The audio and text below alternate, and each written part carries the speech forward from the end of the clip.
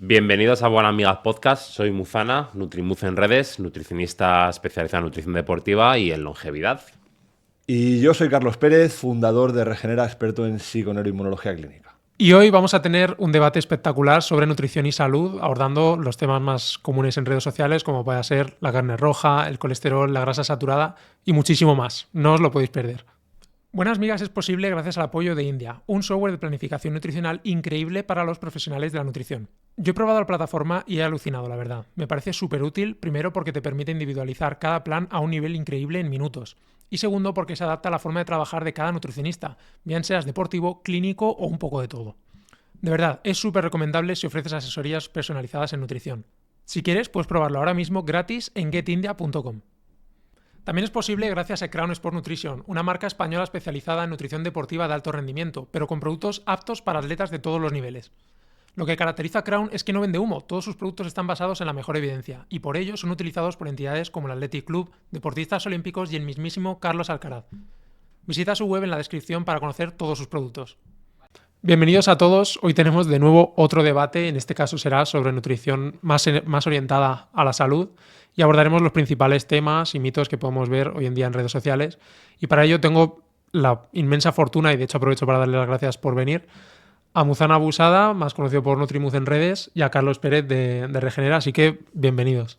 Muchas gracias, un placer como siempre estar aquí, claro que sí. Un enorme placer y muchas gracias. Bueno, pues vamos a empezar tratando uno de los puntos en los que yo creo que más podéis diferir, entre otros tantos, que son las grasas. Y vamos a empezar tratando lo que son las grasas saturadas y el colesterol como si fuera en un mismo bloque. Y para ello lo que voy a hacer a lo largo del episodio va a ser decir una serie de premisas y os preguntaré si estáis de acuerdo o no y por qué. Así que empiezo contigo, Carlos. Voy a decir la premisa que acabo de comentar y con el tema de las grasas y el colesterol es: cuanto menor sea el consumo de grasas saturadas y colesterol en la dieta, mejor para la salud. ¿Estás de acuerdo? ¿Y por qué? Sí, no estoy de acuerdo de una forma estricta, porque al final la frase como tal da para mucha interpretación. Aquí tenemos que tener en cuenta que las grasas pues al final van a formar parte, el colesterol es materia prima para la formación de hormonas sexuales, para la formación de cortisol, hormonas de estrés, por lo tanto no es así estrictamente y me gustaría pues que esa frase al final se convierte en un demonio si se dice aisladamente, y parece ser que va a ser más sano el que quite cualquier grasa saturada y que quite el colesterol.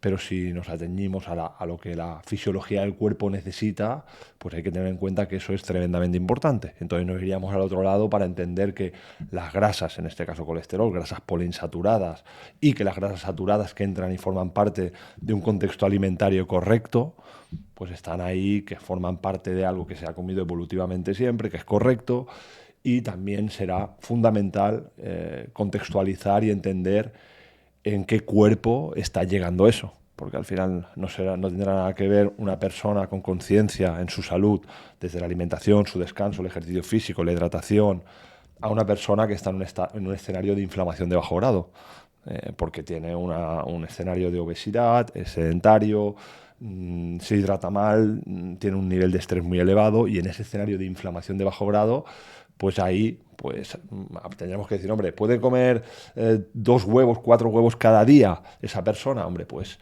si está en un escenario de inflamación de bajo grado, no es probablemente lo más óptimo y habría que considerar que está ocurriendo como caso particular. Muy bien. Muz, ¿tu opinión? Bueno, yo estoy completamente de acuerdo con la premisa y evidentemente en desacuerdo con él. Atendiendo a lo primero que ha dicho, si atendemos a la fisiología humana, precisamente una de las razones por las que el Instituto de Medicina de Estados Unidos recomienda reducir al máximo posible la ingesta de tanto grasa saturada como grasas trans como colesterol es porque se ha visto y se ha descrito en la literatura científica que no cumple ninguna función biológica el colesterol dietético y la grasa saturada dietética. Es decir, toda la que necesitamos para cumplir, como bien has dicho, numerosas funciones del cuerpo, ¿no? A nivel de síntesis de hormonas, de transporte de vitaminas y de liposolubles, ya las cumplimos. O sea, todas las células de nuestro cuerpo tienen la capacidad de sintetizar tanto todo el colesterol que les hace falta y la grasa saturada la tenemos, como te digo, en cantidades más que suficientes, y precisamente por eso, porque como no cumple ninguna función dietética, es una de las razones por las las que se tiende a recomendar reducir su consumo al máximo posible, porque no, se ha visto recopilando todo el grueso de la evidencia, ¿no? Que cualquier incremento en la ingesta de estos 3 nutrientes aumenta directamente el riesgo de la principal causa de muerte en el mundo, que son las enfermedades cardiovasculares, entre otras cosas. Pero vamos, que la principal argumentación para reducir su consumo, o la más potente, ¿no? La más contundente, llega a ser esa. Y luego has dicho que hay que atender al contexto. Bueno, es que realmente cuando se recopila toda la evidencia, se atiende a todos los contextos imaginables. Es decir, haya inflamación, no haya inflamación, haya obesidad, no haya obesidad, haya ejercicio, no haya ejercicio, en diferentes poblaciones del mundo, en diferentes edades, en diferentes contextos imaginables, ¿no? Y a esa recomendación se llega después de haber recopilado todo eso. Es decir, no es en base a algo aislado, no es en base a un contexto descontextualizado, sino que, oye, es atendiendo a todos los escenarios posibles que tenemos gracias a la evidencia disponible. Entonces, como digo, bajo la evidencia científica más contundente que tenemos hoy en día y más clara, la recomendación no puede ser otra que la de intentar, y de nuevo, como recomendación de salud pública, ¿no? Que luego has dicho que hay que individualizar en cada caso, bueno, pero es que una cosa son recomendaciones de salud pública y otra cosa es el contexto individual en consulta que tú tengas que hacer luego con cada persona, pero sí, como mensaje de salud pública, sin duda que es un mensaje más que acertado. ¿Crees que precisamente, o sea, tú lo has llevado un poco al terreno ese más de contextualizar cada caso? ¿Sí que podrías llegar a estar de acuerdo con lo que acaba de decir Mut, de que ese mensaje de salud pública sí que debe ser así de rotundo? No, porque los mensajes de salud pública al final están para cuestionarlos. Al final hay muchos intereses en el terreno de la industria alimentaria, en el terreno de la industria farmacéutica, y la verdad que me llama la atención que alguien que ha estudiado nutrición, que yo no he estudiado nutrición, yo me he manejado más en el terreno de la fisiología y durante 20 años he atendido a pacientes, usemos premisas tan estrictas porque en esa línea pues también diríamos que la leche es fundamental para la osteoporosis. Pero perdona, ¿y en qué te basas entonces para cuestionar todo ese mensaje? Porque habrá que tener alguna argumentación para cuestionarlo. Pues esencialmente, yo la pregunta que te haría es que estás dando por hecho que tu cuerpo va a tener esa materia prima si tú no la consumes. Sí, no, porque está probado. Está probado, no sé, me gustaría más que probado que la evidencia lo muestre, me gustaría que me explicaras el mecanismo de acción. Pero es que eso es irrelevante. Bueno, perdona una cosa, a ver. Una mujer se va a quedar embarazada. Sí. Van a darle DHA, porque sabemos que el DHA es una grasa imprescindible y necesaria para el desarrollo del cerebro del feto. Entonces, yo lo que te pregunto como nutricionista es qué criterios, más allá de la evidencia científica, qué criterios podríamos tener para poder generar una selección de alimentos que cumplen una función en nuestro cuerpo, ¿no? Es decir, porque para elegir alimentos que sí o que no, ¿qué marco conceptual o qué muy buena contexto pregunta. tienes para elegir lo que sí y lo que no, ¿no? Sí, muy buena pregunta. Pues bueno, te contesto muy sencillamente. Al final, efectivamente, para hacer recomendaciones, ¿no?, de qué alimentos sí y cuáles no, más allá de los nutrientes que tenga, los mecanismos por los cuales haga X función, es, oye, su consumo, qué efecto genera la salud al consumirlo, ¿no? Y de hecho es los principales objetivos de la ciencia de la nutrición, al fin y al cabo, es, oye, hacer que la gente viva lo máximo posible, lo mejor posible, a un precio razonable, ¿no? Efectivamente, es decir, al final a nosotros lo que nos interesa es ayudar a la gente a conseguir sus objetivos. Entonces, en base a ese criterio, a ese marco conceptual, se tiende a hacer una recomendación, no en base a sus nutrientes, no en base a su fisiología, sino, oye, en base a cuál es su efecto en la salud al consumirlo. Entonces, en base a esa premisa, lo que sabemos es, pues como te digo, entre otras cosas, las recomendaciones como la de reducir las grasas, el colesterol. Y yo te planteo si en algún momento te has planteado ampliar la mirada, ¿no?, en cuanto a decir, mira, el ser humano, más allá de que haya evidencia o no haya evidencia, porque literatura hay pues amplia literatura que seguramente en un momento dado podría justificar un lado o podría justificar otro, digo, luz solar, ¿no? Diríamos, hostia, la luz solar, estaríamos todos de acuerdo que, oye, que el ser humano para tener salud, por su función fisiológica, por su biología, tiene que despertarse con la luz solar, vivir por el día, dormir por la noche, cambiar ese biorritmo, impactaría negativamente porque no estamos diseñados para eso. ¿Pero cómo lo sabes? Es decir, tu premisa es, claro, tú haces una hipótesis, ¿no? Es decir, vale, No es una hipótesis, es entender... Bueno, tú dices, desde la evolución, yo entender- observo que nos hace yo lo falta luz observo, solar es para estar sanos. un contexto evolutivo Vale. refermado, porque si estudias el ser humano y ves que pues el cerebro del ser humano es 60% grasa. Vale. Entonces, ¿qué evidencia tengo? Bueno, la fisiología y la investigación respecto a datos que tienen que ver con la descripción de cómo se constituye la neurona, Sí. te dice que el 60% es grasa. ¿Y? Si el 60% es grasa y la grasa más presente ahí es el DHA y el ácido araquidónico, pues entenderemos que eso es algo que nuestro cerebro necesita para funcionar bien. Bueno, pero es que tú mismo lo estás diciendo, eso luego habrá que comprobarlo a través de las diferentes líneas de evidencia, pero no te puedes quedar en la hipótesis. Es decir, tú haces una observación, el cerebro es 60% de grasa. Sí. La hipótesis, vale, si es 60% de grasa, tendremos que, o supongo que habrá que consumir grasa para estar sanos o para tener una buena función cerebral. Investigando y como van en modelos animales y como los estudios en alimentación muchas veces dan lugar a tanta dificultad porque hay mucha variabilidad, muchas variables, no es una... pero para eso se aleatoriza, para eso se hacen controles de las diferentes variables. Y para eso, en la medicina basada en la evidencia, lo pone muy fácil para estudiar una variable que es el fármaco, ¿no? Un fármaco, una pastilla, te lo puedo hacer a doble ciego y te doy una variable, una sí, una no. Pero en el terreno de la alimentación, como bien sabes, hay muchos aspectos que son complejos de analizar, como por ejemplo en el terreno de la carne, ¿no? Hostia, es carne de pasto, es carne procesada. Además de la carne, la persona puede fumar, puede hacer ejercicio, puede moverse, no moverse, se levanta, cuánto estrés tiene. Sí. Hostia, en el terreno de la nutrición, yo encantado, y tú eres un experto ahí máximo en los últimos estudios, de forma precisa, de lo que se pueda sacar, de todo. Pero digo que es un terreno que genera mucha dificultad, porque al final, incluso epidemiológicamente, en esa campana de Gauss, investigas sobre la media poblacional. Pero tú sabes que en consulta vas a tener pacientes que no van a estar en esa media poblacional, que van a ser Ns, que van a estar en la campana de Gauss por fuera, o incluso muy por fuera, ¿no? Y ese paciente no entraría en la línea media de ese estudio. Entonces, por eso te digo que, como en general, como tú bien sabes, en consulta, y yo no he atendido tanto la nutrición, porque no soy nutricionista, he atendido la salud del paciente, y la conclusión a la que podríamos llegar es que un paciente es N igual a 1, porque el paciente va a tener, pues si tiene una alteración en la piel, en esa alteración en la piel, la combinación de su situación emocional con la alteración de la microbiota, con su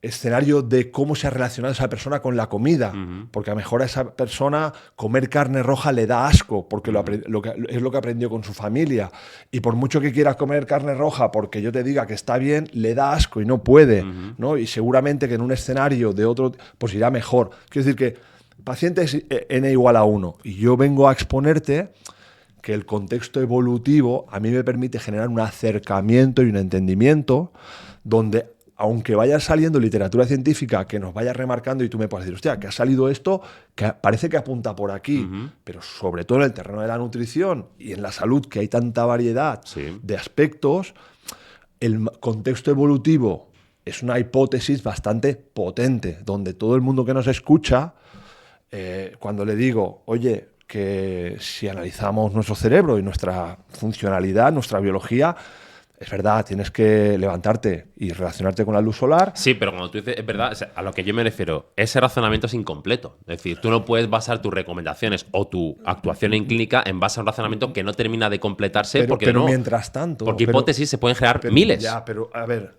O sea, eso es súper válido. Sí, pero para no volver loco a todo el mundo que nos escucha... sí que hay algo que a la gente le puede resonar que tiene un sentido y que tú después con esa persona N1 hace una aproximación, pero estamos de acuerdo que por la noche quien altera el ritmo y que trabaja por la noche va a tener un impacto en su salud. Pero tú cómo lo sabes. Coño, porque... Bueno, yo te lo digo, te lo sabes porque hay estudios que confirman esa hipótesis que se ha puesto a prueba. Y es verdad, los ritmos por la noche alteran bastante la fisiología. Pero lo sabemos porque lo hemos puesto a prueba y lo hemos contrastado. Te hago otro ejemplo, para que veamos que no hace falta una evidencia científica tan contundente para que podamos dar explicaciones cercanas y con sentido. ¿Con qué nos tenemos que hidratar? Con agua. Vale, pues eso es algo que lo podemos obtener porque lo entendemos, porque evolutivamente y porque si tú estudias la fisiología de nuestro ritmo de hidratación y cómo funciona nuestro riñón, pues necesitamos agua con minerales. Pero lo sabemos porque la fisiología, al final, tú a través de la fisiología puedes justificar cualquier actuación prácticamente. Porque a mí No, cualquier actuación no, pero sí. es porque si yo te digo que te tienes que hidratar con café. Bueno, pero es que O fisiológicamente te tienes seguro que hay algún mecanismo. con bebidas azucaradas, pues, es que la persona que te está escuchando delante, que no tiene ni idea de nutrición ni de Ya, nada, pero te ¿sabes lo estará que diciendo, pasa? esto me tiene sentido. Que nos tenemos que hidratar con bebidas azucaradas. Hostia, no me cuadra. ¿Por qué? Porque evolutivamente no cuadra. Hostia, que tienes que trabajar. Oye, no, que estate despierto Pero por mira, la noche. Carlos, es que a mí el razonamiento del evolutivo no es válido. ¿Por qué? Porque al final tenemos que entender cuál es la razón por la que hemos evolucionado. Es decir, la evolución no busca que tú vivas lo máximo posible y lo mejor posible. La evolución lo que busca es que tú te reproduzcas y que, oye, que sigas existiendo a lo largo de diferentes líneas generacionales. Entonces, claro, ahí ya no puedo dar una pista de si, oye, no es lo mismo sobrevivir para procrear y seguir reproduciéndote a poder vivir lo máximo posible y lo mejor posible. Y lo que te puede servir para seguir procreando y seguir evolucionando, a lo mejor no te sirve para poder optimizar tu longevidad. Bueno, en esto que me estás diciendo, o sea, yo no te digo que tú me digas que te abras a este argumento evolutivo ampliamente, pero es que son las dos cosas. La parte científica tiene que seguir haciendo su recorrido, pero la parte evolutiva nos genera un marco conceptual donde el estudio de cazadores-recolectores, Sí. que eso, como la revista National Geographic nos dicen, son fósiles vivientes, nos aportan una información de mucho valor. Porque al final coges y, joder, los estudios que Staffan Lindeberg fue a hacer con la población de Kitava en los años 90, que es uno de los que conozco mejor, 4.500 habitantes, hostia, él hace estudios y muestra que las enfermedades de la civilización no están. Es decir, que las patologías presentes como obesidad, diabetes tipo 2, hipertensión, acné, cáncer, coño, y la población allí aguanta, no recuerdo ahora bien, pero un 10% entre 60 y 90 años. No existía la hipertensión, no existían los niveles de azúcar elevados. Sí, pero ¿sabes lo que pasa? Ahí, para empezar, muchas veces la mortalidad infantil es muy alta, con lo cual ya hay un sesgo de supervivencia muy claro en esas poblaciones. Lo segundo, es mentira que en muchas de esas poblaciones la prevalencia de numerosas enfermedades crónicas no transmisibles como la cardiovascular está ausente. De hecho, se ve que en muchas de estas poblaciones, a pesar de mantener un bajo IMC, de moverse muchísimo durante el día, hacer mucho ejercicio, tienen graves placas ateroscleróticas. Pero realmente esas placas reconocidas provocan patología isquémica. Claro, sí. ¿Qué tribus son esas?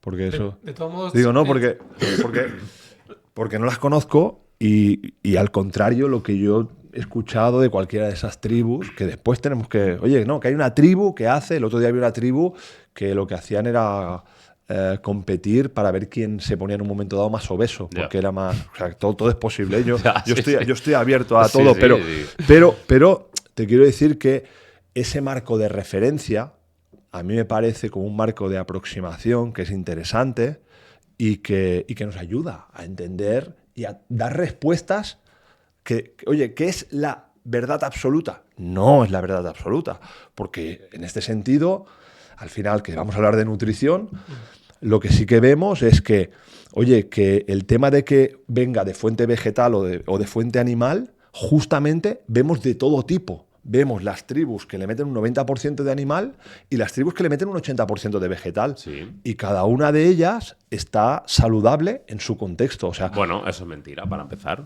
Tenemos Bueno, ejemplos muy claros. Perdona, Muz.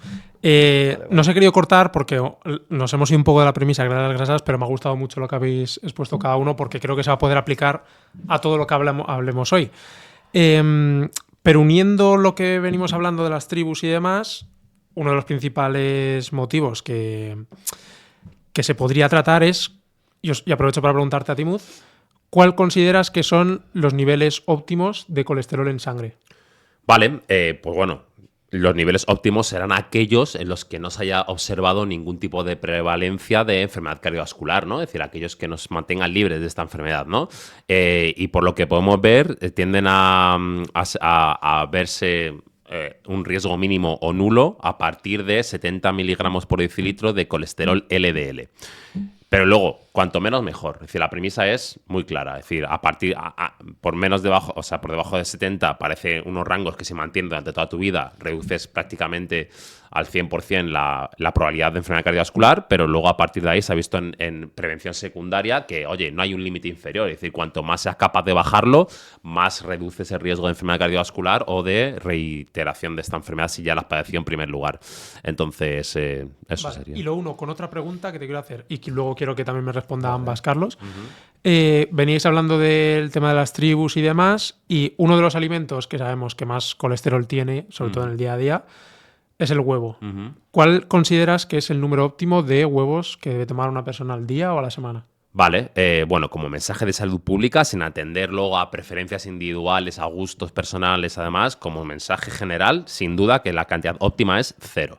Vale, y ahora paso a ti, Carlos. Te hago la misma primera pregunta de cuáles consideras que son los niveles óptimos de colesterol en sangre para una salud óptima de la gente. Y bueno, ligándolo al tema de los huevos, ¿cuántos crees que son recomendables? Vale, yo en relación a la primera pregunta quiero hacer referencia al doctor Joan Ramón Laporte, porque él es experto en farmacología, ¿no? Y él investigó, estuvo hablando sobre este tema, ¿no? Y justo planteaba como el grupo de expertos mundiales que asignaban el nivel de colesterol, pues justo era gente que tenía un conflicto de interés y que al final lo que hemos estado viendo año tras año es la bajada del colesterol, del rango del colesterol total de 250 a 240, a 220, a 200, con un grupo de expertos que tienen un conflicto de interés. Entonces, a mí lo que me da pena aquí es que se genere este nivel de alarma con ese colesterol. O sea, yo vuelvo a insistir que el colesterol es una materia prima, que no hay que demonizarlo, que tenemos que estar más tranquilos, que forma parte de nuestro cuerpo, de nuestra fisiología. Y me gustaría que la gente pudiera estar más tranquila respecto a ese tema, porque veo que genera mucha alarma y que la gente... Bueno, déjame acabar de hablar, por favor. Claro. Que genera miedo, ¿no? Entonces, esencialmente, para mí, en el terreno del colesterol como tal, como la molécula y su impacto a nivel arteriosclerótico, lo que está claro es que la clave es el contexto vascular, inmunitario, inflamatorio en el que se encuentra el cuerpo, ¿vale? O sea, que no todos los colesteroles son iguales, por así decirlo. Bueno, sí, vamos a decir que el colesterol es igual, pero yo recuerdo un paciente que yo tenía que venía medicado con las estatinas, con el colesterol controlado porque ya tuvo un problema de pecho, una cardiopatía, y que venía de hacerse la revisión y de decirle que todo estaba bien porque estaba tomándose la estatina, y a los 4 días volvió a tener otro problema cardiovascular porque al final, hostia, tú lo veías y tenía una circunferencia abdominal con grasa central, estaba rojo, estaba inflamado, no tenía un buen estilo de vida. Entonces, claro, es el ejemplo de ahí estás controlando el colesterol y el cuerpo te va a petar. O sea, quiero decir, ampliemos el marco. O sea, si no petas por el colesterol, petarás por una autoinmunidad y no un problema cardíaco, sino por cáncer. O sea, que por lo tanto, dejemos de poner el foco en el colesterol generando miedo sobre eso y pongamos el foco en el estado de salud genérico que el paciente va a tener.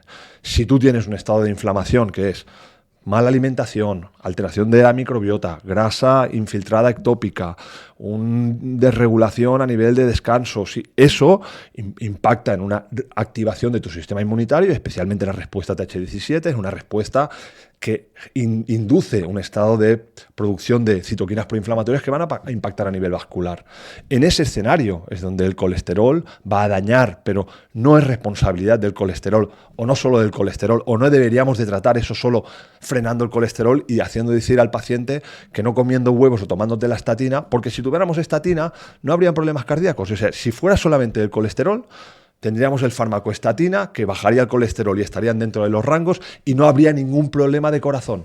Sin embargo, continúan habiendo problemas a ese nivel. Entonces, solución aquí es el colesterol, para mí, en una persona que está en 250 de colesterol total y yo veo que tiene un estilo de vida favorecedor, correcto y todo bien, no es ningún problema. Cuando esa persona tiene un colesterol familiar y tiene polimorfismos que van a impactar y le van a llevar a un colesterol de 300 y pico, de 400, aun teniendo un estilo de vida correcto, lo que yo hago pues es mandarlo a la doctora María Ángeles Gutiérrez de nuestra clínica Regenera, que es cirujana cardiovascular, para que le puedan mirar de forma precisa qué polimorfismos tiene y qué tiene que hacer más allá que no la estatina. Y con el objetivo, si puede ser, de que no tenga que estar con la estatina de por vida, ¿no? Que es un mensaje que se suele dar. Entonces, para mí es, de nuevo, es ampliar la mirada. Amplía la mirada y no demonicemos el colesterol. En relación al huevo, pues el huevo, de nuevo, es el alimento con mayor valor biológico solo por detrás de la leche materna. En cuanto a aminoácidos completos, grasas, la colina, es un alimento que además, pues si es de gallinas que están sueltas, pues joder, hace un muy buen favor, porque justamente en la población hay una gran dificultad por tener grasas poliinsaturadas a mano, que son necesarias. Y a nivel de las grasas poliinsaturadas, si quieres después revisamos los mecanismos de acción que participan en nuestro cuerpo generando funciones que son, para mí, indispensables, como la regulación de un proceso inflamatorio, como la capacidad de tu función cognitiva, son imprescindibles. Hostia, entonces, que haya alguien que diga, hostia, es que a mí la carne no me gusta, o no la quiero comer porque éticamente, o es que el pescado no sé qué, pues de verdad que a mí el huevo, a nivel precio, y que afortunadamente ahora ya en los grandes hipermercados se encuentra pues de pasto con ese número 0, ¿no? Que no sé si la gente lo conocerá. Si el número 0, el número 1 es de más calidad, hostia, pues tienes un producto que es muy completo, que tiene grasas, que te aporta todos los aminoácidos completos, que es fácil de cocinar y que es un regalo de la vida. A partir de ahí, pues yo no te voy a decir que te estés comiendo 4 huevos al día porque es la hostia el huevo y no sé qué. No, coño, tienes que comerlo con todo lo demás. Y yo personalmente lo que hago es que, pues si al final vas combinando las proteínas, que es el pescado, es el marisco, es la carne blanca, la carne roja, el huevo, pues al final te sale a 2 veces de cada una de esas proteínas por semana. Más o menos, o sea, 2 de carne roja, 2 de carne... Oye, ¿no te gusta la roja? Pues come más blanca. ¿Te gusta más el pescado? Come más pescado, porque a lo mejor vives al lado del mar. Y huevos, pues cuando yo como, pues me como 3 o 4, pero mejor al día siguiente no como ninguno, o al otro tampoco. Y entonces, usarlo con tranquilidad, sabiendo que es un buen alimento. Esa es mi propuesta. Vale, pues contestas Mood y pasamos precisamente, que lo ha mencionado ya Carlos, al tema de grasas poliinsaturadas. Vale. Bueno, no sé hasta qué punto prefieres que vayamos a partir de ahora, digo, porque es que has dicho muchas cosas, ¿vale? Para que no se me olviden. No vale, sé si lo prefieres, ¿vale? Que sea más algo dinámico, ¿no? De decir, te respondo, me Siéntete respondes. libre para interrumpir. Ya, siempre... es que no quería interrumpir tampoco. Pero Vale. bueno, sí. Te lo agradezco, por si te lo y parece yo ahora te bien. dejo ahí. Claro, no, pero para que Claro, sea pero algo... tenemos límite de... Claro, eso es, sencillamente. Venga. Pero bueno, empezando por el final. Bueno, has dicho que el huevo tiene muchos nutrientes que son muy interesantes, sí, pero bueno, es lo que he dicho antes. Independientemente de los nutrientes que tenga, lo más relevante es su efecto en la salud al consumirlo. A mí de qué me sirve que tenga 3.800.000 nutrientes si al consumirlo no vives lo máximo posible y lo mejor posible. Lo cual me es relevante el perfil nutricional que tenga. Me importa el efecto en la salud, ¿vale? Luego has dicho, no alarmemos a la gente. No es alarmar, es informar. Es informar de forma objetiva con los datos que tenemos, con los mejores datos disponibles que tenemos hasta la fecha. Porque tú dices, el grupo de expertos tienen conflicto de interés ya, pero es que las recomendaciones que se hacen en base a todo el grueso de evidencia son públicas, son transparentes. Es decir, cualquier persona, no tienes que ser profesional, no tienes que ser sanitario, puede irse a esas recomendaciones, a esas referencias, leerlas por su cuenta y si ve que hay algún tipo de error, algún tipo de fallo, ser esa persona la primera que pueda mandar esa reclamación para que la tengan en cuenta y que si efectivamente les hace ver que se han equivocado en algún punto, lo rectifiquen. Es decir, no es que estén cerrados a cambiar, sino que, oye, si no han cambiado es porque evidentemente no han encontrado ninguna evidencia que supere la actual en base a hacer esa recomendación. Entonces, eso es lo segundo, ¿vale? Entonces, por esto lo que te he dicho antes es que para querer calmar a la gente en cuanto al colesterol tendrás que aportar pruebas suficientemente contundentes como para hacerles entender que no es un factor preocupante. Pero oye, si tenemos en cuenta el contexto en que la enfermedad cardiovascular es la primera causa de muerte en el mundo y que el consumo de colesterol dietético y grasas saturadas tiene un impacto directo sobre el riesgo de estas enfermedades, pues oye, yo creo que es suficiente argumento como para hacerle entender a la gente que cuanto menos consuma mejor, ya está. Y luego, como siempre digo, decir que no es obligarles, que es informarles para que cada uno luego decida libremente, que yo no soy quien para decirte que a ti que no comas ningún huevo, que no comas carne. Oye, tú eres libre de hacer lo que quieras con tu salud, pero lo importante y la función que tenemos como divulgadores, como profesionales, es el de concienciar y de hacer sencillamente a la gente conocedora de la mejor evidencia disponible que tenemos a día de hoy para que tomen decisiones libres y conscientes, ¿no? Ya está, sencillamente eso. No, te tengo que decir que en este sentido tienes toda la razón. En personas enfermas, es mejor no comer huevo. Vale. O sea, es decir, a lo mejor es verdad. Estoy reflexionando y digo, hombre, si te diriges a las personas del mundo occidental, que el 80% están inflamadas, Vale. o el 90% están inflamadas, bueno, pero a lo mejor habrá que poner este asterisco, ¿no? Es decir, tú, porque yo voy a comer huevos, y los huevos que los llevo comiendo, y entonces, y todos mis pacientes, no provocan ningún tipo de problema, por Dios. O sea, es que no es el huevo, es el contexto. Entonces, es verdad, tú estás inflamado. A lo mejor deberíamos diferenciar el mensaje. Los mensajes que yo doy tienen que diferenciarse. Es personas que están inflamadas. ¿Cómo se definen? Personas que estás mal a nivel de alimentación, partes de un estado basal inflamatorio, de inflamación de bajo grado. Coño, no metas huevos porque ahí no te puedo responder. Ahora, si tú estás sano, ahí no hay ningún problema. Y también te quiero decir estamos hablando de alargar la esperanza de vida. Sí. Quiero que pongamos sobre la mesa que en el mundo occidental somos expertos en mantener sanos a gente enferma. Nos hemos convertido en eso. La industria farmacéutica mantiene sano a gente enferma, porque si miras todas las enfermedades que son de la civilización, como digo, comparado con las poblaciones de cazadores recolectores, por lo tanto, obesidad, diabetes tipo 2, enfermedades neurodegenerativas, cardiovasculares, cáncer, autoinmunidad, alergia, cada año crece exponencialmente. O sea, cada vez tenemos más de este tipo de enfermedades. Entonces, vale, entonces por favor. Digo, son gente medicada que la mantenemos. Entonces, no somos un muy buen ejemplo de anti-aging y de esperanza de vida, ¿sabes? Haciendo lo que estamos haciendo. Sí, ya. Última y pasamos de Sí, tema. vale. No, nada. dile. Vale. Nada, te iba a decir, comentar. Efectivamente, cuando decimos que el colesterol tiene un impacto directo en la enfermedad cardiovascular, no decimos que sea causa única, es causa componente. Entonces, efectivamente, la enfermedad cardiovascular es multifactorial, depende de muchos factores, pero eso no quita que el colesterol sea uno de ellos. Es decir, que luego la inflamación lo empeore, que luego el tabaquismo lo empeore, el sedentarismo, la obesidad lo empeore, el estrés lo empeore, perfecto.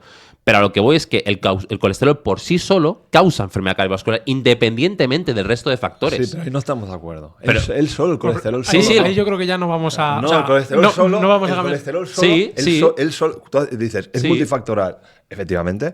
Y yo te diría, el colesterol tiene que llegar a un lugar donde eso esté chup, sopa inflamatoria, Pero es que, para que provoque. Porque el colesterol solo a mí ya me habría matado. No, porque precisamente ese es el Solo peligro, colesterol que es una solo. enfermedad crónica que no presenta síntomas, que se desarrolla con el paso de las décadas. Entonces, Pero se puede ver en ecodoppler, ¿no? Pero, Si esa- tengo pero daño ese argumento, vascular. date cuenta, claro, a ti te hubiese matado. No tienes 80 años como para haber visto cuáles son los efectos del consumo crónico de colesterol durante toda tu vida, que al final eso es lo ¿Pero que de mata. ¿Cuántos son los estudios? ¿Cómo? ¿De Durante qué durante lugar? décadas, durante ¿De cuánto- décadas. o sea, ¿cuánto tiempo tienes que estar tomando colesterol para que finalmente te mate?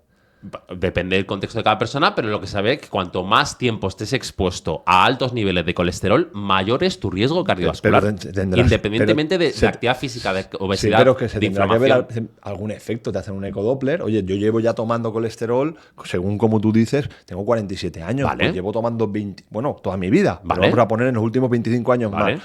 Tendría que en un ecodoppler identificar que tengo una pared arteriosclerótica. Bueno, no tiene por qué. Pero si no, no hay nada. Si no hay ninguna pista.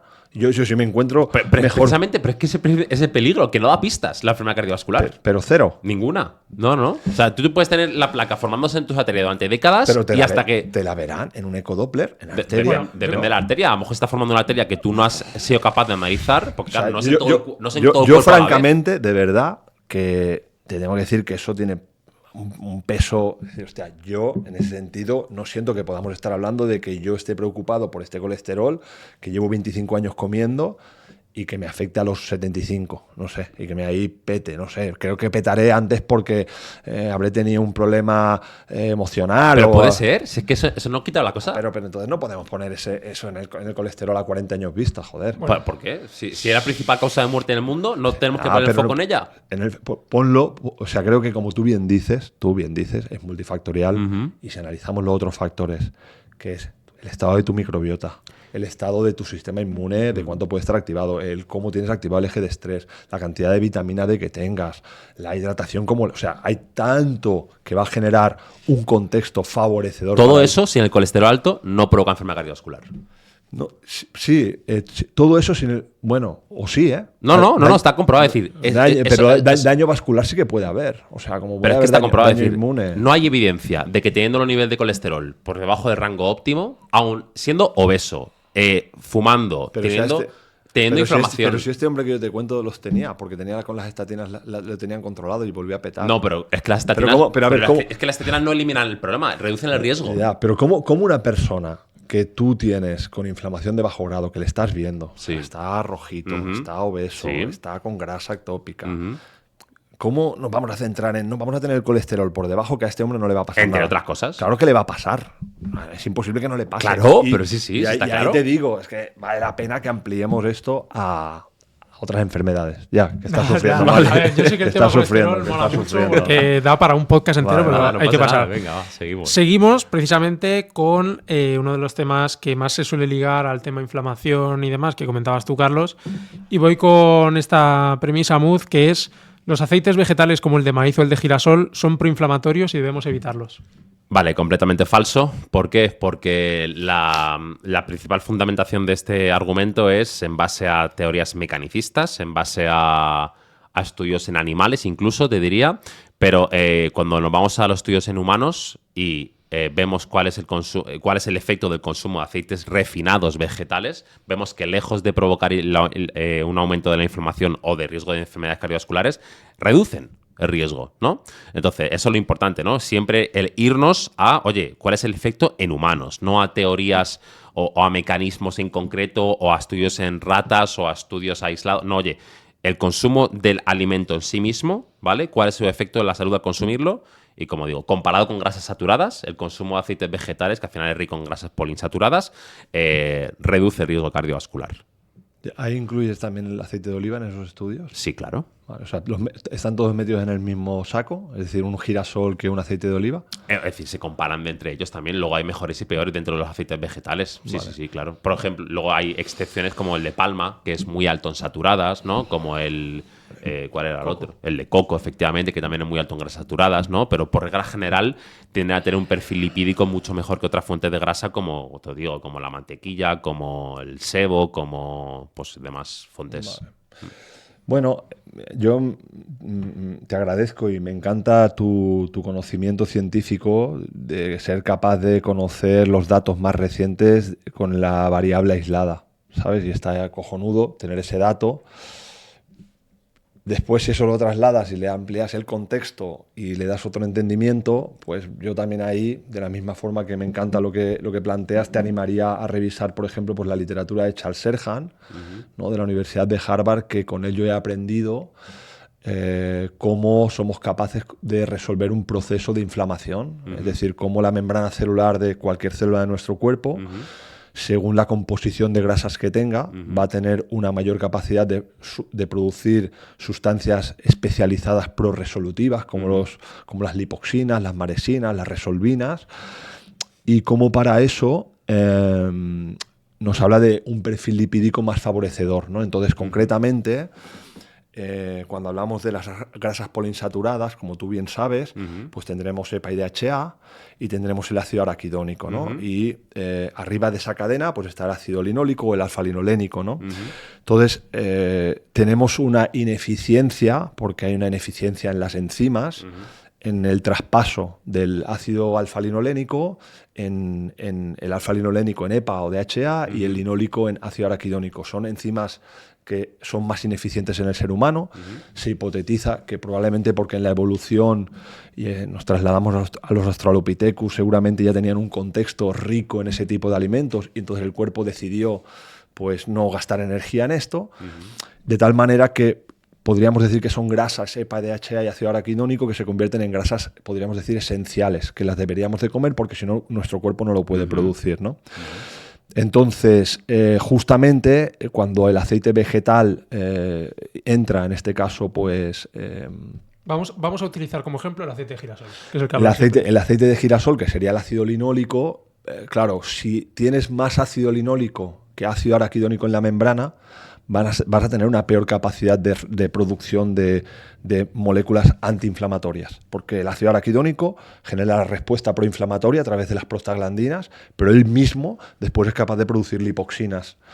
Pero tiene que ser ácido araquidónico y en la membrana compite. O sea, si tú en la membrana tienes mucho ácido linólico, LA, mucho, y poco ácido araquidónico, pues eso no va a poder funcionar de una forma correcta. Entonces, Entonces, es muy interesante mismo, lo que dices. ¿Pero por qué te digo eso? Porque efectivamente, fíjate el mecanismo, lo interesante que es, y nos ayuda mucho a entender nuestra propia fisiología. Pero claro, eso... Tú al final tienes que entender que el aceite de girasol no es solo un tipo de ácido y punto, es un alimento entero, una matriz, ¿vale? Con diferentes componentes y demás. Entonces, claro, no es lo mismo el efecto que tiene un componente aislado en una función específica de la mitocondria, de la membrana celular, que el efecto de un consumo de un alimento entero con todo lo que tiene, para bien o para mal, en la salud. Es la diferencia entre el mecanismo y el efecto del consumo final de ese alimento, ¿sabes? Sí, de nuevo un poco yendo encaminado hacia las grasas saturadas o el impacto cardiovascular. Bueno, a lo mejor aquí podemos decir que estaríamos de acuerdo en recomendar el aceite de oliva Sí, claro. por encima de todo, ¿no? Ese sería el más indicado. De los mejores, sí. De los podríamos mejores. decirlo. Yo en esta línea recomendaría el aceite de oliva y después lo que haría sería no recomiendo, al final, o sea, ya que vas a tomar aceite, cógete un aceite de oliva que nos aseguramos que no sea rico en ácido linólico y que no interrumpa por lo menos esta parte a nivel de resolución de la inflamación. Y después... Yo no voy a decir que cojas la mantequilla y que te la... O sea, es que cada día mantequilla, ¿por qué no sé qué? No, pero si al final quieres ir a cocinar algo en la sartén y alguna vez le pones mantequilla o le pones ghee, que es una grasa saturada que soporta mejor la temperatura, pues te diré que es una buena alternativa y que mejor que sea eso que la margarina. Que la margarina al final también fue en el momento en que se demoniza la grasa y se lleva todo a lo vegetal. Que eso, afortunadamente, pues ya desde esa propuesta de Angel Keys en los 80, que tanto daño ha hecho, demonizando grasa, ¿no? Y potenciando y convirtiéndolo todo en vegetal, que la verdad es que no nos ha ido bien, no nos ha ido muy bien. Ahí está la cosa, porque... Bueno, es que la gente no hace caso a las recomendaciones como para saber si gracias a esas recomendaciones... Claro, es que la gente dice, no, es que fíjate a dónde nos han llevado las recomendaciones. Es que la gente no sigue las recomendaciones. No. Claro, entonces, si tú me dijeras que, oye, mira, se ha demostrado que todo lo vegetal es lo mejor, y la gente lo sigue y aún así mantienen las enfermedades, y digo, joder, pues efectivamente algo está fallando, ¿no? Pero es que la gente no sigue la recomendación. Nadie, o sea, nadie. De hecho, está comprobado, ¿no? O sea, hay estudios que muestran la prevalencia de lo poco que la gente sigue las recomendaciones oficiales. Claro, entonces, claro, muchas veces el mensaje de a pesar de todo eso seguimos enfermos, claro, es que a lo mejor es que el problema es que precisamente no estamos consiguiendo que la gente siga esas recomendaciones que han demostrado ser más beneficiosas para la salud del ser humano, ¿sabes? Bueno, ya se vio que estaba el estudio un poco... Porque al final no eran 6 países o 7, eran 22. Es un tema muy complejo, pero vamos, igualmente. Además es del colesterol. Claro. Ya está, el colesterol ya está. Pero claro, que las recomendaciones no son en base a ese estudio. Eso fue un estudio observacional que luego dio pie a muchísimos estudios de intervención que mostraron luego los efectos contrastados de eso. Pero vamos, eso es. Quiero aprovechar para cerrar este tema a preguntarte, Carlos. Claro, como hablabas de este perfil de ácidos grasos, si tienes otro punto de vista respecto a los frutos secos. No, el fruto seco al final lo que sabemos es que como te excedas sienta mal, porque también tiene sus antinutrientes, sus fitatos, limitan la absorción de determinados minerales. A mí me parece un alimento interesante. Tienen grasas que justamente son grasas poliinsaturadas, pero son más de la parte de arriba. Por lo tanto, cuando dices este alimento es rico en omega 3, bueno, si es ácido alfa-linolénico, hay que acordarse que no tiene EPA y DHA, y que si no comes pescado azul o no comes marisco, EPA y DHA no vas a conseguir a través del fruto seco. Me gusta que se pueda poner en la alimentación, pero por decirte, ¿no? Si tú acabas de comer y te tienes que inflar a frutos secos, acabas teniendo dolor de barriga, porque al final es hedónico, te pones a comer no, me han dicho que el anacardo crudo, la nuez pecana, la nuez de macadamia, cojonudo, ya, pero eso es hedónico porque es torrar, o sin torrar, es crudo, pero hace el crunchy, y te pones ahí a comer y te inflas a eso y después te duele la barriga porque te has inflado a eso. Entonces, yo digo, el fruto seco, oye, en la ensaladita un poco, cógete un puñadito de los que son de calidad, crudos y tal, cojonudo, pero que no sea que acabes de comer y te ha faltado de comer de lo otro y te tengas que inflar a esto. Y imagino que tu punto de vista con las semillas es más o menos lo mismo, ¿no? Sí, yo las semillas directamente, te diría un poco menos. O sea, yo la semilla... O sea, menos que el fruto seco. Sí, que la incluirías menos. sí. O sea, si te gusta y las quieres poner, las pones. Me parece bien, pero el valor nutricional de ese alimento me parece... O sea, me parece como semilla, me recuerda a que no somos nosotros la especie que tenemos que comer la semilla, me recuerda que viene de otro animal, ¿sabes? Vale. La semilla es como... Pero, oye, fantástico. Oye, me encanta poner semillas de chía, de lino, tal. Pero, no, quiero decir, oye, tampoco no te vengas arriba, que no es más que eso, ¿no? Porque parece que en un momento dado la semilla se convierte en la hostia y que parece que eso... O sea, quiero también con esto decir que, por encima de todo, referente a lo que has dicho antes... de la gente no sigue las recomendaciones. Sobre todo aquí lo que cambia la cosa y el impacto en tu salud es que tomes conciencia. O sea, que tomes conciencia y entonces que quites los procesados, azúcares, que ahí nos damos la mano y decimos, oye, a partir de ahí quiere decir, oye, yo ya tengo conciencia. Vale, ahora, oye, me gusta más, un poco más de semilla, un poco más de no sé qué. Bueno, pues oye, hazlo como te dé la gana. Si es que hay tantas cosas en esta vida que atender, y muchas tienen que ver con nuestra vida como tal, con tu padre, con tu madre, ¿sabes? Como para decir, me voy a estar yo aquí ahora pasándolo mal, cuando a mí esto me encanta porque me lo he comido toda mi vida, en casa me han puesto no sé qué, aquello que, hostias, que eso para mí, pues cómetelo. Yo creo que en eso estamos aquí todos de acuerdo, vamos. Para cerrar justo este tema, Muz, te quiero preguntar tu opinión sobre los frutos secos y semillas. Y una cosa muy interesante que ha dicho él, tema fuentes de omega 3, que es algo bastante interesante. Bueno, si te discrepar contigo, pero bueno, sí, con la evidencia de la mano son seguramente las fuentes de grasas más saludables que existen con diferencia. Ambas, semillas y frutos secos, ¿vale? ¿Por qué? ¿Porque tienen más de un perfil lipídico? No, porque su efecto en la salud es que al consumirlo la gente vive más y mejor y reduce riesgo ya no solo de enfermedades cardiovasculares, sino de obesidad, de diabetes, de inflamación, de todo. O sea, de todas las enfermedades crónicas no transmisibles del ser humano, el consumo de estos grupos de alimentos ha demostrado reducirlas, ¿vale? Entonces, claro, lo que sí que estoy de acuerdo con él es que efectivamente no hay que hincharse, ¿no? O sea, porque una cosa es que sean saludables y otra cosa es que tú, porque que sean saludables, acabes generando un exceso calórico. Evidentemente que eso, oye, de la fuente que sea, si tú generas un exceso calórico, se va a repercutir en mayor grasa, mayor riesgo de obesidad y demás, ¿vale? Entonces, pero en su justa medida son un grupo de alimentos que incluiría sin duda a diario en su justa medida, pero sí. Luego, el tema del omega 3. A ver, tenemos que entender que el único ácido graso esencial es el ALA, el vegetal, ¿vale? Esencial entendiendo por esencial que el cuerpo no es capaz de sintetizarlo, ¿vale? Porque el EPA y el DHA, el cuerpo sí que es capaz de sintetizarlos a través del ALA, ¿vale? Ahora, que la tasa de conversión no sea muy alta, de nuevo, es que eso es irrelevante, porque lo que no nos importa cuánto se convierte del ALA al EPA o al DHA, lo que nos importa es su efecto en la salud al consumirlo. Entonces, imagínate que la tasa de conversión es del 0,00001%.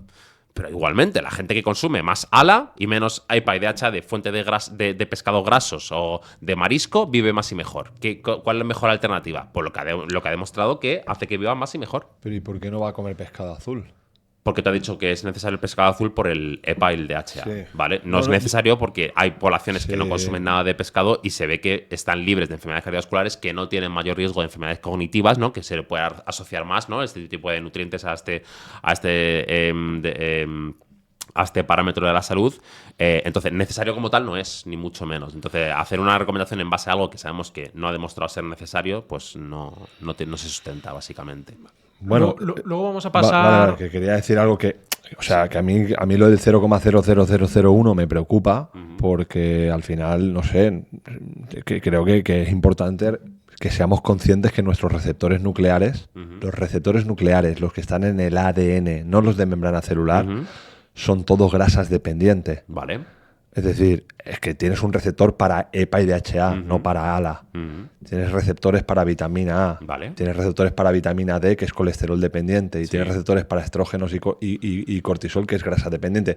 Y el que no es de grasa es de yodo dependiente. Porque el yodo, al final, miras estos receptores y sí que tiene una contextualización evolutiva Bueno, pues al final, como Australopithecus, antes de ser Homo, que vivimos en torno a los grandes lagos, dices, hostia, es que el ser humano desarrolló su cerebro gracias al uso del yodo, al uso de la grasa omega 3. Entonces, joder, esperar que una cosa que tiene un impacto tan grande en la regulación de nuestro cuerpo, pues oye, no pasa nada porque es 0,000001. Hostia, yo apostaría por, oye, una mujer se queda embarazada. Hombre, pues sí, dale EPA, DHA. Lo voy a asegurar con frutos secos porque tal. Hombre. No, pero fíjate, ese contexto, efectivamente. La recomendación es dar DHA. Sí, pero ¿sabes por qué? No por el contexto evolutivo, sino porque se ha comprobado que en ese contexto puede beneficiar el desarrollo del feto el suplementarle extra. Pero haz una a través cosa, del método científico, sí, no a través de una hipótesis evolutiva. Por favor, ensámblalo. Pero es que no sé qué tienes contra la contextualización evolutiva. Pero es que yo solo tengo en cuenta. Que yo creo que no termino de hacerte. No sé por qué. Es fallo mío. Sí, creo que. Oye, ¿qué pasa? Yo quiero hacerte entender que no es que lo desprecie el sentido evolutivo, sino que lo integro dentro de dentro de un razonamiento más completo. Es decir, no me quedo en únicamente eso, sino que eso lo tengo en cuenta. Claro que sí, sé que es importante, es entender de dónde venimos, de cómo. Eso es muy interesante, muy importante, pero para completar el razonamiento, no para quedarnos ahí. Eso es lo que yo intento. Pero si nadie se dice de quedarse ahí, si está bien, si después tienes un montón de literatura que demuestra eso, pero al final las sincronías son tan evidentes que es que no te queda otra, porque al final en una mamá le van a mirar la TSH, porque si tiene deficiencia de tiroxina o tiene deficiencia de DHA, va a tener un impacto en el desarrollo del cerebro del feto. Entonces, hostia, pues eso te muestra que, hombre, pues sí que al ser humano le conviene comer EPA y DHA, no solo limitarse a ALA, porque al final la conversión es muy baja y, coño, si es que tienes que comerte un alimento que no tiene antinutrientes y que es más fácil, pues oye, pues come pescado, cómete unas sardinas, unos boquerones. Luego entraremos también en tema de antinutrientes y demás, que nos empezamos aquí a liar, pero muy bien. Y quiero cambiar de tipo de alimentos y quiero decirte una premisa a ti, Carlos, que es: el gluten es un nutriente inflamatorio y debemos evitarlo de forma general. Bueno, esto yo citaría aquí al doctor Alessio Fasano, que es el que más ha investigado al respecto en la relación, en el impacto que tiene en nuestro sistema digestivo. Entonces hay una parte de la gliadina que produce permeabilidad intestinal directamente. Entonces tiene una correlación directa del gluten con la producción de zonulina. Zonulina es una molécula que liberará el enterocito y que impactará en la tight junction y generará permeabilidad intestinal. Entonces, como norma, mi recomendación es que el gluten no forme parte de tu alimentación en el día a día, que no esté presente. Es decir, yo veo alimentos como el que acabo de citar ahora, como una sardina con grasas poliinsaturadas, que para mí juega un papel clave en cosas que veo que nuestro cuerpo tiene que regular, y veo ese alimento con gluten, pues que no tiene que hacer nada, que no tiene ninguna acción biológica en nuestro cuerpo, al contrario, tiene acciones que generan permeabilidad intestinal, etc. Entonces, mi recomendación, y de nuevo, como jamás he hablado de nutrición como una cosa estricta, ni he propuesto planes alimentarios, y lo hablo como estilo de vida, por lo tanto no hay nada prohibido, pero mi recomendación es que no haya gluten, esos alimentos no estén en casa en el día a día. Que tú después sales fuera de casa y te lo quieres comer, cómetelo y mira a ti qué tal te va. Esa persona lo tendrá que ver, no solo si es celíaca, sino pues si hay intolerancia al gluten o celíaca, o incluso si no hay ningún tipo de esos marcadores. Pero hostia, resulta que yo cuando me como gluten, me como ese trozo de pan o lo que sea, noto que empeoro, ¿no? Para eso es importante también que yo, para facilitarle a mis pacientes, ¿qué hacía? Bueno, pues venían con problemas digestivos, les resuelven los problemas digestivos, algo que el paciente ni tan siquiera es consciente de que podía ser, porque más o menos se pensaba que estaba en normalidad, pero cuando de golpe desinflama barriga, va de vientre cada día, no se le hincha, no tiene gases, dice, hostia, no me imaginaba que podía estar así. Ahora yo estoy bien, con una buena regulación del sistema digestivo, y ahora yo soy capaz de testar qué ocurre cuando como gluten, ¿no? Como gluten, ¿cómo te sienta? Y después estará el tipo de gluten también, ¿eh? El tipo de gluten, el gluten más desastroso, con toda la evolución que ha tenido, que es el trigo más malo. Joder, ese sienta mal a muchas personas. Después hay otro gluten más correcto, más de calidad, donde es un trigo pues más de masa madre y tal, que sienta mejor. Pero yo eso lo informaría y como norma siento que esos alimentos no los necesitamos para vivir. Muy bien. Mut. Vale. Bueno, yo aquí voy a explicarlo de una forma que creo que a veces no se llega a entender, y es que creo que incluso la recomendación de evitar el gluten puede ser hasta peligrosa para la salud pública. Me explico. Al final el gluten, como bien has dicho, ha resultado, o cuando es perjudicial, es en personas celíacas o con insensibilidad al gluten, no celíaco y demás. En personas sanas no ha demostrado que genere ningún tipo de problemas. ¿Y por qué digo que puede ser un problema de salud pública el hecho de recomendar quitar el gluten de la alimentación? Porque date cuenta, ¿el gluten dónde está? En cereales, ¿vale? Y no es lo mismo, efectivamente, un cereal integral que un cereal refinado. Los cereales refinados tenemos que evitarlos porque, efectivamente, causan muchos de los problemas que tenemos hoy en día como sociedad. Ahora bien, los cereales integrales, el bajo consumo de cereales integrales, es una de las principales causas de muerte dietéticas en el mundo y en España en concreto, si no recuerdo mal, es la primera causa de muerte dietética en España, ¿puede ser? No sé, es que lo comentas del Global Bar. Sí, claro, hay un proyecto que analiza, ¿no?, estos factores dietéticos y que se llama el Global Burden of Disease, ¿no?, que analiza en 198 países, creo que era, cuáles son los principales factores dietéticos que aumentan el riesgo de muerte en la población. Y claro, te das cuenta de que efectivamente el bajo consumo de cereales integrales, incluido el gluten en ellos, claro, aumenta el riesgo, ¿no?, pues, al final de numerosas enfermedades. ¿Por qué? Pues entonces, si tú a una persona, sin hacerle entender que el gluten no hace falta retirarlo si no tienes celiaquía o sensibilidad no celíaca o sensibilidad al gluten no celíaca, y lo quita y se está digamos, privando de un grupo de alimentos que ha demostrado tantos beneficios como son los cereales integrales, está generando un problema en esa persona de la cual no es consciente, ¿sabes? Entonces, por eso creo que es importante matizar esto y hacer entender a la gente que si no tiene ningún tipo de estos problemas, que no hace falta que retire el gluten y que no le va a sentar mal, y que yo, de hecho, yo lo consumo todos los días, por ejemplo, ¿sabes? Pero vamos, que en mi caso anecdótico no sirve para nada, lo importante es lo que he dicho antes, ya está. Muy bien, pues si no tienes algo más que añadir, Sí, pasamos. no, hombre, yo quiero añadir que yo no siento que el cereal integral sea una necesidad para vivir. Entonces, O sea, incluso los que no tienen gluten sí, tampoco. no lo siento. O sea, que si a ti te gusta y los pones y te sientan bien, que los puedas poner. Vale, tienes razón, déjame matizar. No son una necesidad para vivir. Es un grupo de alimentos que te ayuda a vivir lo máximo posible y lo mejor posible. Tú puedes vivir sin cereales. Otra cosa es que quieras vivir lo máximo posible y lo mejor posible. En ese contexto sí que te lo recomiendo. Pero necesario como tal, tienes toda la razón en que no son necesarios. Bueno, y también quiero decir que no son necesarios para vivir lo más posible y lo máximo tampoco. Ahí sí O sea, no, porque al final tú ahí estás buscando un tipo de carbohidrato en forma de fibra fermentable, ¿no? Y al final cuando quieres buscar justamente esos que además tienen fitoquímicos, que tienen colores, que son moléculas que regulan el sistema digestivo, microbiota, ¿no? que tienes esa fibra no digerible, fermentable, todos los ácidos grasos de cadena corta. Bueno, quiero decir que yo al final ahí voy a priorizar siempre fruta, verdura. Fruta del tiempo cuando toque. La verdura, tubérculos, patata, boniato, almidón resistente.